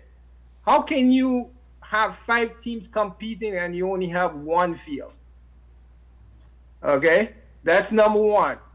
And the key is that I coached at a school with 4,000 kids. Remember, there's 4,000. They just the 9th grade coming in is 1,000 kids, right? And they had the separate facilities from the high school. All right, they had their own soccer field and everything. So they had a freshman team. They have a JV team. We had a JV team and a varsity team. I was the head coach of soccer. We only had 3 teams, and we had about 4 areas we could practice. Antigua PM school had one field, and they have 5 teams competing. I don't know how that's gonna work because they don't have the green space to do it. There's no way you can do that way. So something is wrong with the way they're running their programs. Is a shared space? Yeah, PM yeah, school. Villa Zoo, yeah. It's a What we used to call Wembley. That's the member. So Goff, you're so correct, man. You know what I mean? I've been telling the guys for long as well, start at 6 and so. Okay, you heard that? Yeah. The younger start, the better. Yeah. But they'll give excuse the parents something. No, I but didn't say no excuse. I said that's the challenge we have. And Teddy, Within school, there's what's a challenge. what's funny about that? Around here, they are playing cricket now, and you see the youngsters in the park. Everywhere I go, I see people playing cricket also. So it's not just football, it's not just baseball, it's cricket. And I'm living in Canada, so the key is that the competition is building at a young age to play sports in general. Yeah. And we are not doing that in Antigua. We have to start thinking in terms of it. Because, I mean, when I was growing up there, I used to hear people talk about natural talent. Yeah. Natural talent. Natural talent, if you don't fast it and do something with it, it's not gonna work. True. You can have all the talent in the world, and you don't have no athletic ability. You ain't going nowhere with it. And this is a problem we have there, and we have to get out of that mode because we're up against a lot of competition. Yes, we got good soccer players. Good is not good enough. We got to go beyond that and get great soccer players. So that there's opportunities, and opportunities are passing us by because we're just not doing the right things. We got to get out of that mode and start looking at a different model. And Canon, in terms of what Goff, to speak back on what Goff said, how you see it. Well, I kind of have to look back because I went and passed by Villa Park like 5 different times this week. Right. And nobody utilizing the park. Right. I remember There you go. in my days, we used to call it soup. Right. So everybody in that park, we used to have 3 different sections. Right. You got the big boy section, you got the small boy, and you got a little small boy. Right. Yeah, clinic I there remember now. those So, days. Right. So you don't have that section anymore, but nobody's at the park playing. We used to have one football that anytime you get punctured, but once the football is at the park, I was one of the first one there and the last one to leave because I understand that whatever you put in is that what you get out. True. You know, so There my you go. goal was to try to be the best I could be, and that's spending time at the park, and everybody else was doing the same thing. But I don't see that anymore. I don't know if it's just me, maybe because I was gone for so long. Your timing. What? The time you come the wrong time. No. Cannon, you are correct. Is that they play every day? No, they like what we Cannon- used to? No, they don't. No? No, they don't. At all different ages? No, they don't. So that's the difference. Cannon, Yeah. Cannon, you are correct. Because I do the same thing when I go to Antigua. I go to that park, I go to a PM school, I go to just around the whole island. And I always bring back soccer balls to help out kids who don't have one. Yeah. And I don't see anybody playing. And I was there from November till January. And I'm telling you, I don't see us playing soccer anywhere. I mean, I've never seen a kid kicking around a soccer ball anywhere, whether he's in his yard or anything. I drive to the whole of Antigua. I had yet to see a kid. So I gave my soccer balls to Kimba. And just for y'all Villa boys watching you in New York, Carl Casey say good morning. Morning, Carl Casey, good All morning. right. But in terms of Sobi, in terms of what Cannon and Goff keep saying, in terms of this, is it because of the gadget now, the phone, the games and stuff? That's why I think maybe the challenge. That is also a challenge. You know, there's so much distraction now, right? And a lot of things they're competing against. But so what we have to find that uniqueness now. So we have to go early and identify a talent early, because in the past we never had this opportunity where someone will come and identify a talent and keep all the young boys. If you look at cricket, Right. Taddy did that early. Right. When he selected the combined school. Right. That means you identify all the top cricketers within the country. Right. You bring them at one particular point. If it's factory ground, Right. and they're trained at a particular. So we are doing that right now Right. with young players from ages 6 years old right up to 11. We have identified the talent and we're keeping them together. They are very much soup, as you would say, Right. and we are bringing them, putting them in a creating an environment with the right coaches that is able to inspire them to see that growth taking place. Because we recognize we have to make it happen. We're not going to just wait and hope another talent come through and then you see a blossom of a player. We want to be intentional in this, and we just don't want to see 1, 2, 3. We want to see a mass growth within it. It happened in cricket. It can happen with football. Right. We just have to, and it can happen again. Right. We just have to make sure that the coaches that we have around these, because that is key, you know. True. You want to have the right coach around them to make sure proper discipline is instilled. You want to make sure the players are properly motivated. You want to make sure you're speaking the right thing into these players, that they're getting away with a lot of things and nobody's correcting them. If they're doing something wrong, you must be, and at the same time, create the environment to keep them competitive at a level such that growth continues to take place. That's right. And that's what we have to do. And like when I said to Khan, when Goff was here on set last year, he said he went to watch a game, a school game, I think it was. If I'm correct, you can correct me. And the coach tasked the kid. He was so taken aback.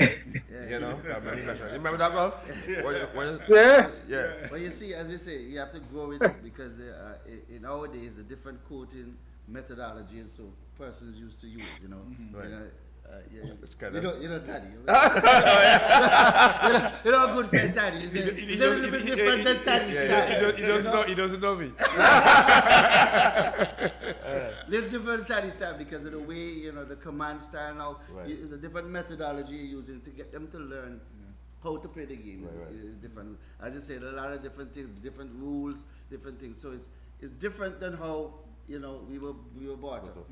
But as so we said, you have to guide them in the right way, get them to, and make them not only wholesome for the game, but as persons that they could go to the community and do well too, if they can't even make it in the sport. Goff, you want to say something? Yeah, it's one of the things that's lacking in Antigua though, but because I don't think the passion is there anymore. I don't see the passion. I mean, just like someone was saying, hey, they used to be super this game, but the key is that you don't see. It can't be technology that's doing it. There's got to be something different than just technology. because if all you want to do is watch somebody else perform, there's a problem there. You know what I mean? And the key is that there's so much more opportunities now in the sport. I mean, I just don't understand why we're not dominating this stuff, especially with all these other Caribbean islands around us that we can't knock off St. Kitts and all the other people. We are struggling. I mean, we have a problem that we have to correct real soon, because we are going to be left way behind. We're just not getting, in my time, when I was at John Wesley College, the NASL was playing, and there were quite a few Trinidad and Jamaica that had players playing in the NASL. Now the MLS is playing. Quite a few of them are playing in it. But where is Antigua? I think St. Kitts at one point had somebody. But the key is that I have a problem with us not even getting one. We can't even get one superstar playing on one of these clubs. Man, we are, and not only that, I mean, all the opportunities besides just playing football, coaching, I mean, front office, whatever. The key is that there's so much more you can do with the sport. And we're just not at the table. We got to get ourselves at the table. And it starts by correcting the problem. Just like Kurt Bianbus was saying, you can't build a house from the roof. You got to go at the foundation. And the foundation is lacking right now. So that question is what come to say a while ago. In terms of superstar playing the MSL, how soon do you think we can expect one? I mean, MLS. Yes. I don't think it's not for lack of trying. Right. I think we need to be producing players that will be looked at. Right? And we have to not only have them show up, but they have to stand out. Right. And we have to spend time with those young players and ensure that they're molded and developed the right way. So when they get on the stage, that they're making a mark. Scouts out there will be looking at them and want to inquire more of them. So I think that's where it is at. We have to do a lot of work right at our roots right now. I want to jump in again. They keep posing these questions and so. You want to put Darryl? Darryl can answer the same question? Darryl will provide the money and so on. That's all a part of it. Youth. As Sobi says, it's development of the youth. Development from the youth and have a progression with it. Because we can't have them developing at a later stage and then they go off and they're not having there. But you have to provide them from the youth stage and still give them the competition. Right. The challenges that they will face in the bigger games and the bigger to the extent. We have one or two players that are around. Right now we have a youngster in Jamaica who is the top goal scorer and all of that. But now in Jalmaro, and he's in the top team that won in the professional league in Jamaica. But now is getting the opportunity now for him to excel further. You know what I mean? So getting the opportunities and working hard at them, not only at that point, but keeping them along that pathway, keeping them strong. So tell us something. Jump in. So I work with the organization, the MLS, Atlanta United. So I work with the organization. So we have what we call grassroots team starting from 5 all the way up to 9. So what they're doing is now building them like we talked about at an early foundation, work it up. So we probably could create a bridge because I work with the organization. I could get in touch with whoever is the organization at that level and maybe trying to make a connect because it helps to link sources that could help you Correct. advance wherever you want to go, whether you're going to want to learn about the field, irrigation, training, advanced, whatever you need. And we probably could build a relationship going forward, and that probably could help, Antigua get to a different level. Whatever resources we have available, we got to take advantage of it, no matter where it's at. Hey, Gruff. Hi. Hello. You heard anything just now? What I heard a while ago now? I heard a saboteur. This man here can do all the stuff of Villa and Antigua, and he's not doing anything. It's a good thing about him on the show today now.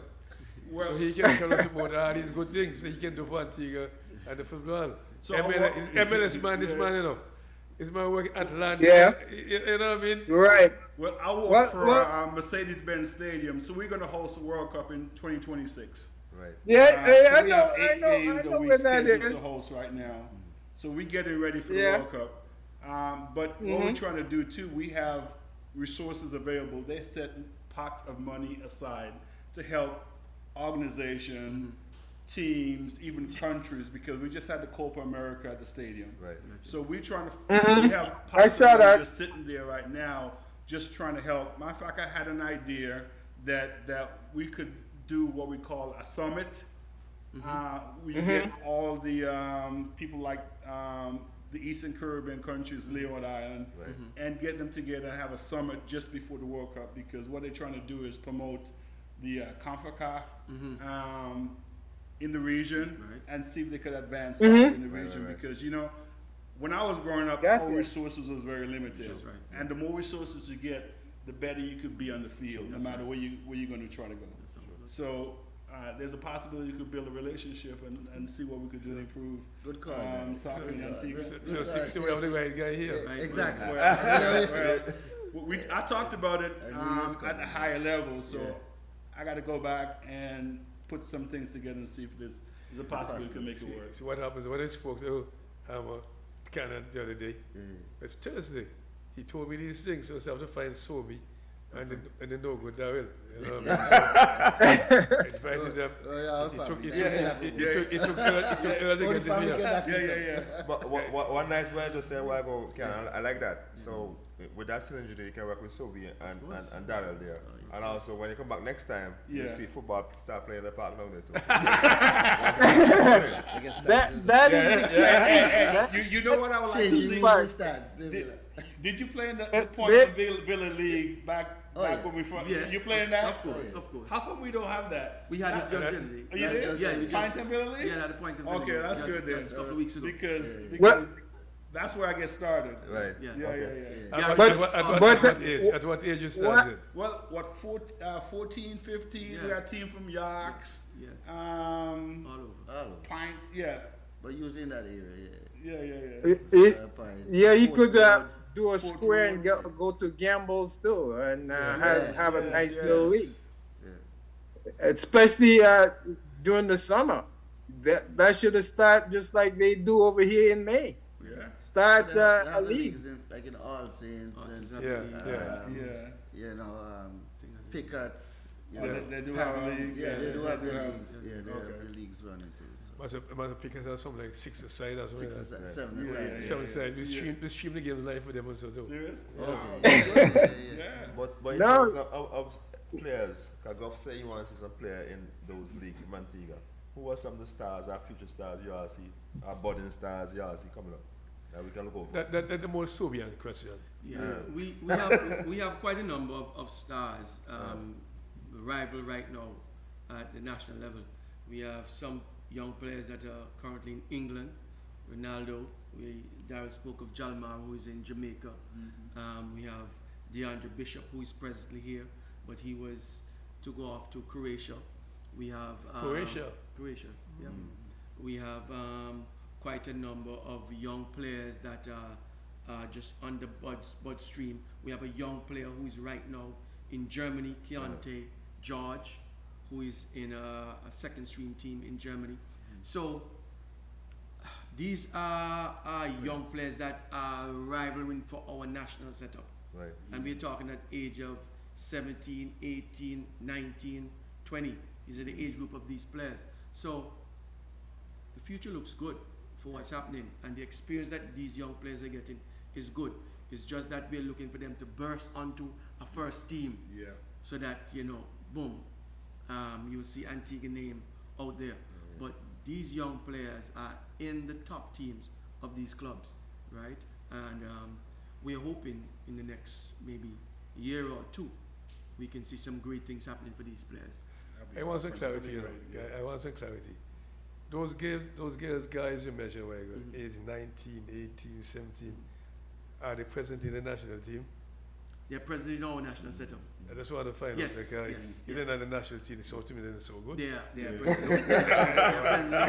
Youth and senior teams. Youth and senior teams. Exactly, I want to find out, because hey, at your age, 17, 18, you could suppose the national team, right? Yeah. You should be banging in the national team. That's when you can't go up with the natural talent, you naturally go to early, jump in the team quick. You know what I mean? But I want to say something, you know. All the money having, you hear the man want money now? Who got money? You, man.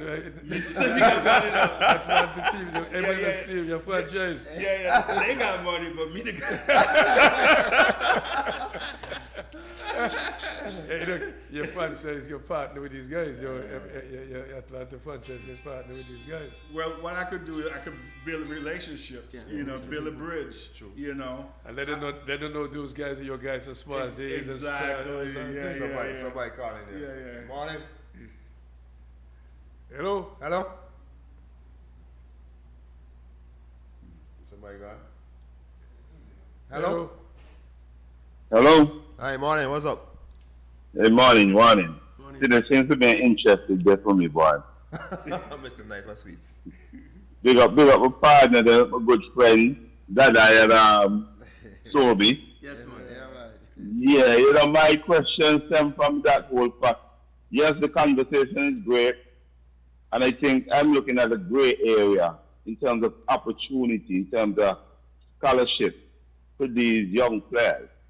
That's something that I really, you know, would have liked to see happen. Even the FA kind of find a way to develop a relationship with some kind of college, somebody, even some clubs that, you know, the FA could be seen as a channel to, you know, offer these opportunities to younger players.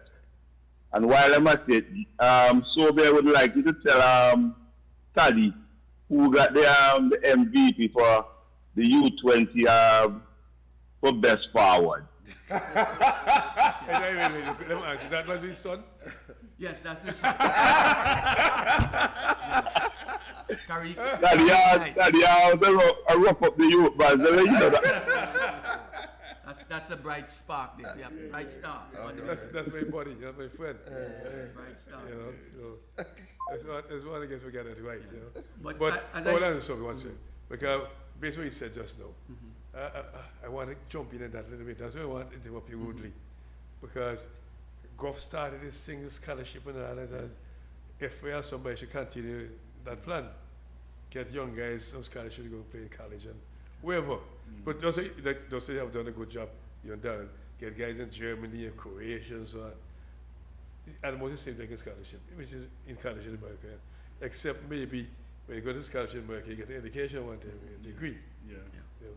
But Mr. Knight is quite correct. Get guys on scholarships and, you know, improve the game.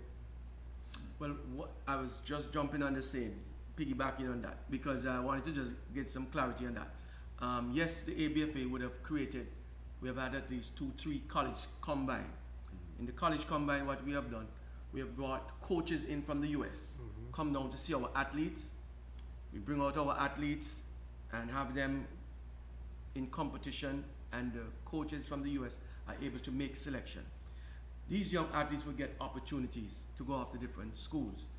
But most of the challenge that we are having is that some of our best talent, the schools that they've been attracted to, and requests is being made for them, is that these scholarships are not full scholarships. Most of the time they are 50% scholarships, and the parents has to come with the other 50%. And knowing the tuition costs, it has proven to be a really challenge for the parents, especially for the players of outstanding abilities. Most of them are from backgrounds that single parent home, parents have a struggle even getting a loan. So in the past, when we would have gotten scholarship, our scholarship was not 100% scholarship. There were partial scholarship that we would have to secure student loan. Right. But at the time, the cost was much less and easier on the pocket. And we had loans that we would have gotten from the Antigua and Barbuda Development Bank, that when we return home, that we would be paying on the loan. Parents would be paying the interest, and no. But now it's a challenge, so it makes it a little difficult. So you will find some students get an opportunity, but they just can't honor that opportunity. They're waiting for a better opportunity. And you find that. And then after a particular 2, 3, 4 months, these players are not able to go off to school. They look for a different pathway. They're now looking for a professional pathway, which they say they might want to play professional or semi-pro. And sometimes that might be a little deterrent because that's a little difficult to come by. It is. Right? So yes, we still try to create opportunities for them. Yes, the Football Association cannot go out on a limb and say they're giving academic scholarship for these athletes because we don't have the mandate to do so. But that deep. Funding that the ABFA funding that the ABFA receive is for a particular purpose. Okay. It's either for operational or tournament, championship development. It's for a particular purpose, and it's to send national team, send a U20 team, a U under 17. Those are the type of funding that we will get. See, my good friend here, the canon, right? He has been in America for ages, but I know the system. In America, they have something called minor league teams. So what happens, if you build a relationship with you properly, That's right. until you guys can be the minor league team for Correct. Atlanta franchise. Yes. See the plan? Yeah. So they like bad for you. Which is very good because based on the conversation and his communication just a while ago, my light bulb is going up because I see how now we can build a strong relationship, build the bridges as he said, so that we can make things happen because things can happen with the connection that he has. Yeah, and we're not going to allow Canada to slip in and slip out. No, can't do that. Hold him to the task now. You have a car and tell you that he is. So see, but his franchise now look for is a guys from Antigua. Right. As a minor league players, they play in the system. So when they graduate now, he had the first chance to get them. That's how the plan works in America. We have a farm system. Yeah, well, that's similar to what we did in But- college, farm too. Right. Just going back on the what Sobi was saying on the college system. Yeah, college is expensive at this point. Most of them running at $60,000-$70,000 a year. But the key is that when Sobi went, he got the partial scholarship, but sometimes the college had work study that you could work and help defray the cost. Correct. So some of these guys were pretty much getting a full ride when you put in the work there and help pay off your tuition. But the key is that we need to get more universities in our system, similar to Mid-Continent, John Wesley College, Battlesville, those colleges. We need to get back to those type of colleges, so we can at least have a pipeline again, so we can get kids opportunity. You're not going to be seen in the MLS if you're not there on the continent. That to me is a good eye opener. Once you're on the continent, you have a good shot at the MLS. So the more kids we send away, more chances they have to at least be seen. So That's well said. maybe Cannon can jump in and say, I want to see more people in Villa Park so we can get something going. Well, that's my goal. I would love to see more people at the Villa Park. Pick up. They gotta put the work in, Cannon. you They gotta gotta put the work in. in, They're not putting any work in. Got a regular schedule. Maybe somebody would get Gatorade, water, whatever it is, give them a park. Something to bring them. I don't know what it will be. Right. But back in the days, my goal was when I was growing up, I want to be better than everybody else. You know, so I had to put in the time because my mentality is, you know, when I first started playing football, nobody used to pick me on the team, you know? So I was always, because I wasn't the kind of guy who would sign up for myself. So the way I proved myself was be the toughest guy in the field, nobody passed me, challenge the people that I think is better than I am, and be at the park every day. That was my goal. And, you know, I didn't have any intention of going to college, but it just happened that the opportunity was available. And I had the opportunity open for me. Everybody doesn't have that opportunity, but what I would say to the young people that is out there, that if you have a passion, stick with it, no matter how bad you think it is, and keep working in it to get better. Sure. Once you get to that point, the sky is the limit, and opportunities are going to become open. Sure. So let me ask you a question. Yeah. Your son ever played soccer?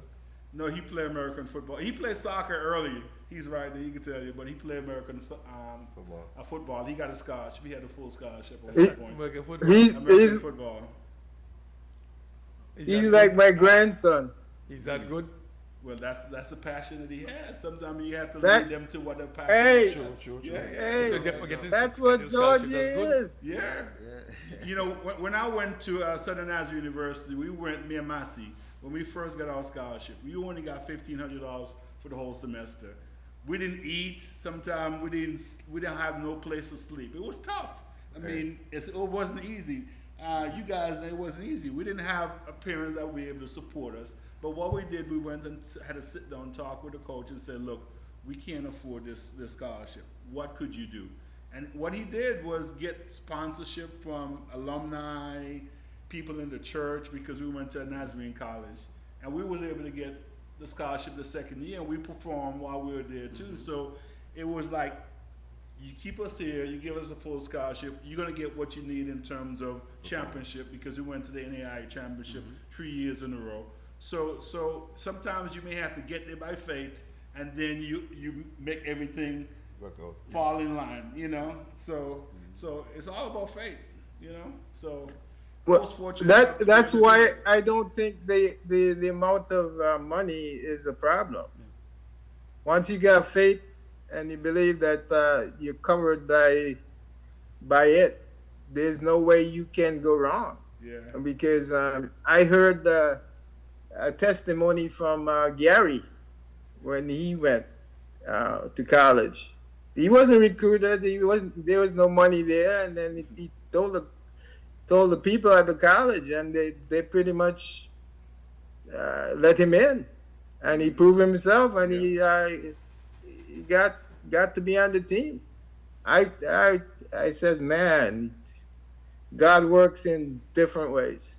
Yeah, you just have to have faith. Yeah, true. If you believe in yourself and you figure that, hey, it's for you, yeah, sometimes the door is not open, but you got to make a way. Yeah, God will make a way. You got to have a faith, you know. And it's surprising that most of the colleges that we were dealing with are all faith-based schools. Yeah, they were. So you're talking mostly Christian schools. Yeah. So you have to look at it that way, you know.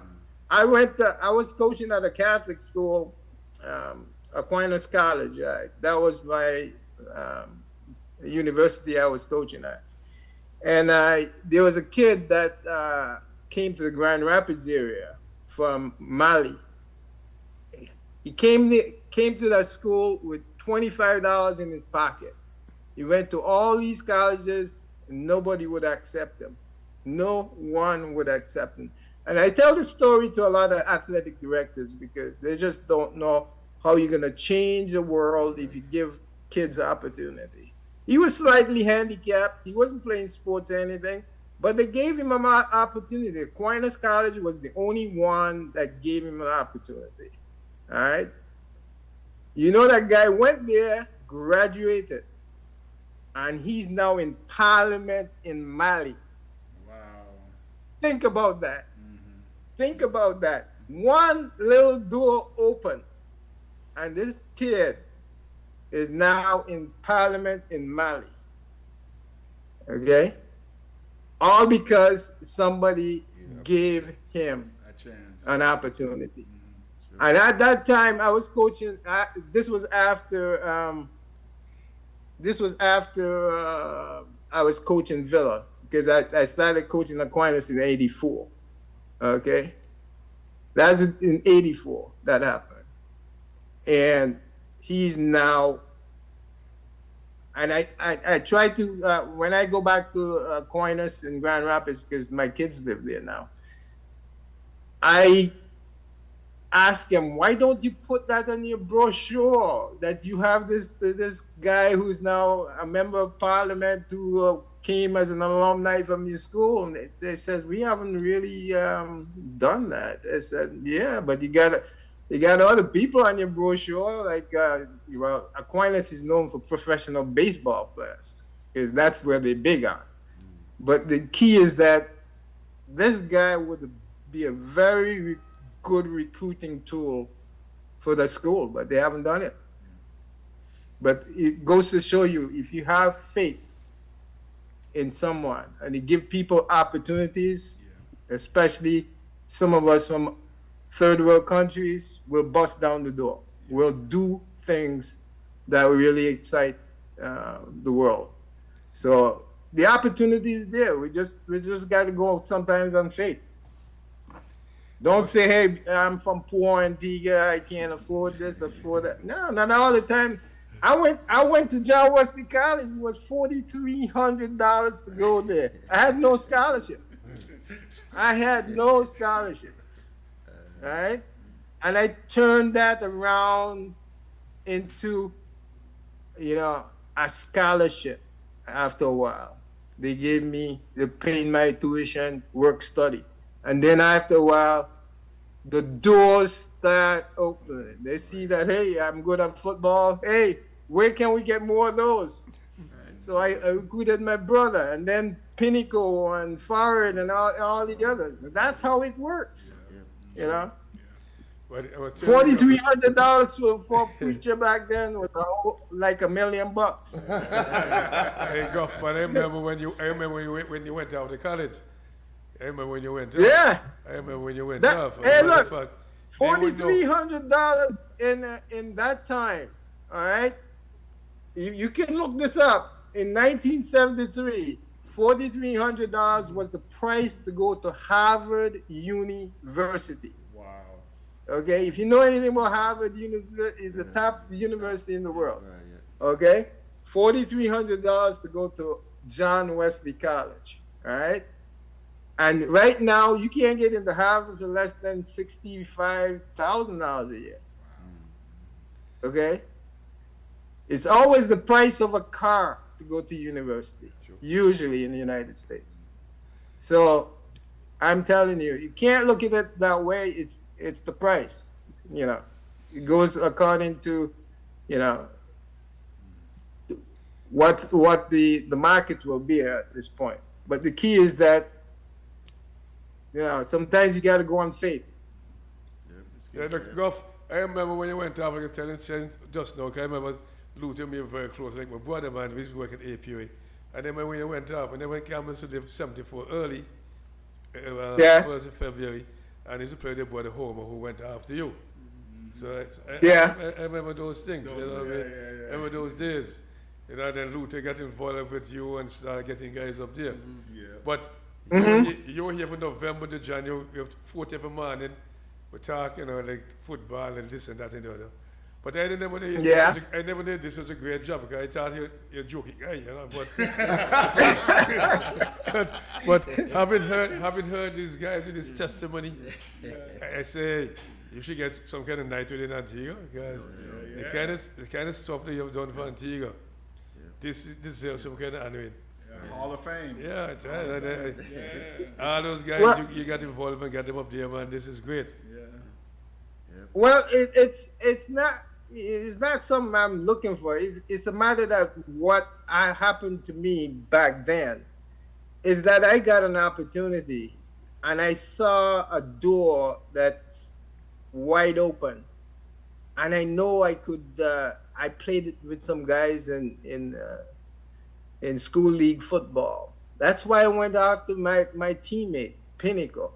Farid my opponent, Sankey, all those guys, they were my opponents. And I said, hey, look, there's opportunities for these guys. And I became the assistant coach after I graduated. And I says, you know, how can I not look back at Antigua and recruit? And I must tell you this. One of your next shows you have, you put Bob Imhoff on it because you got to thank him. Wherever Bob Imhoff went to coach, because he ended up in Battlesville. He always tapped my shoulder and says, hey, can you get me this Antiguan player? I need this, I need that, you know. And he had all the faith in me. But the key is that, you know, we have to recognize that, hey, the 160 guys I had with the training and everything we do, they were excellent athletes. They were excellent athletes that did not let Antigua down. And that's why we could get recruits at that point. But we need to renew that again. We need to go back there. Gruff, we have to finish now, but a guy slipped in for 10 minutes, he about nearly an hour now. You know, so, hey man, when I saw my buddy, when I heard he was here, I didn't know he was here. But sparring part, my younger buddy, you know, told me he got to go to South Pine to jump car. So I say, I come with you. I walk to a power pack. Yeah. They say, his uncle. I say, who uncle? Say, a guy named Cannon. He said, you made a joke, he can't even feel the kicking everybody. so we journeyed out there, and true to form, he wasn't there. That man gets some jumps out of the guy for me. So we went to South Pine, head back in the town. When we in town, looking some food, he called. So he doesn't get a jump start, you know. But I said, Frank, you have to see him. I want him for sure. So we can talk so bad, and he's so productive today. I'm so pleased and so happy. Because so say, Cannon here? I say, yeah man. You got to see part of it. So then the car Gruff and said, Gruff, Cannon will be in the show. We actually spoke to Job. He hadn't spoken to Job for 38 years. Yeah, 38 years. And it was on WhatsApp chatting and stuff for a long time. They all the talk. They wouldn't have chat. We saw him too. Since you bring Job up, I got a question for my buddy Sobe here. How come you don't call Job? How come I don't call him? Yeah. We be calling Job. For the national team coaching position. Have you ever talked to him about that? In terms of him being the national team coach? Yeah. But Joe went to come back home? He's ready. Oh, he's ready. Oh, He's ready. He's ready. That's what you tell me. Remember last time we spoke? Joe wasn't talking about that. I keep saying he was retired and all kind of stuff. Supposed to. You're not supposed to.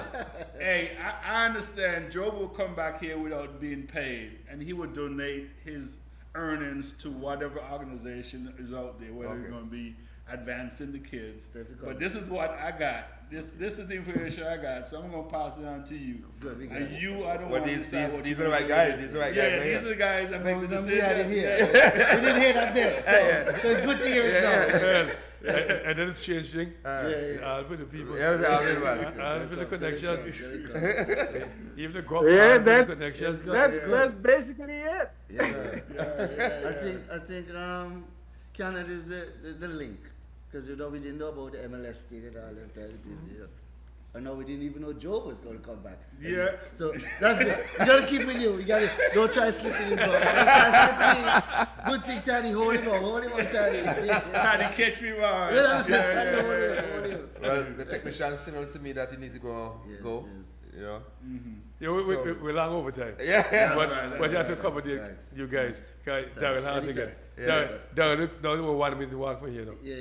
Serious? I can't get him here. We didn't tie a string. Especially like a day like today. Oh my. Well, as we look to wrap up, your closing remarks, give me a close start with you. Well, it's just good to be here, to see old friends Bet Goff early again. Goff was here earlier on, myself, him and Sankey, we got together.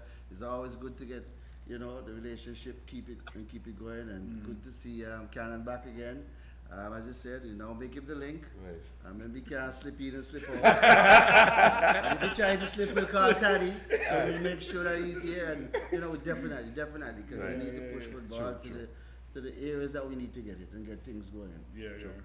So we. Yeah, certainly it was a pleasure being here. Always a pleasure to be on this particular show.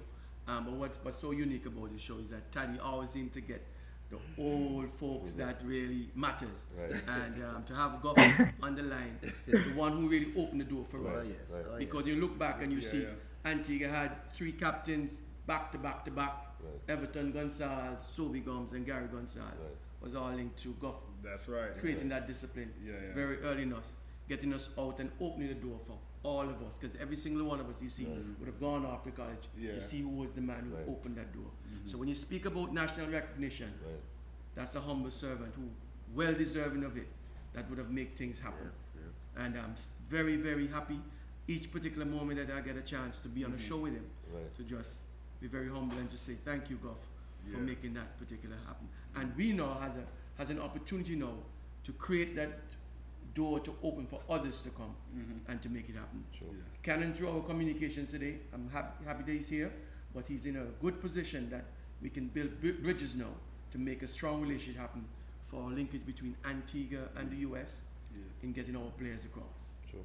And for that, thank you again, Taddy, for inviting me. That's right. Cannon. Hey, I'm in the room with heroes, you know. All these guys, they have proven that they have contributed great for the advancement of soccer, football in Antigua.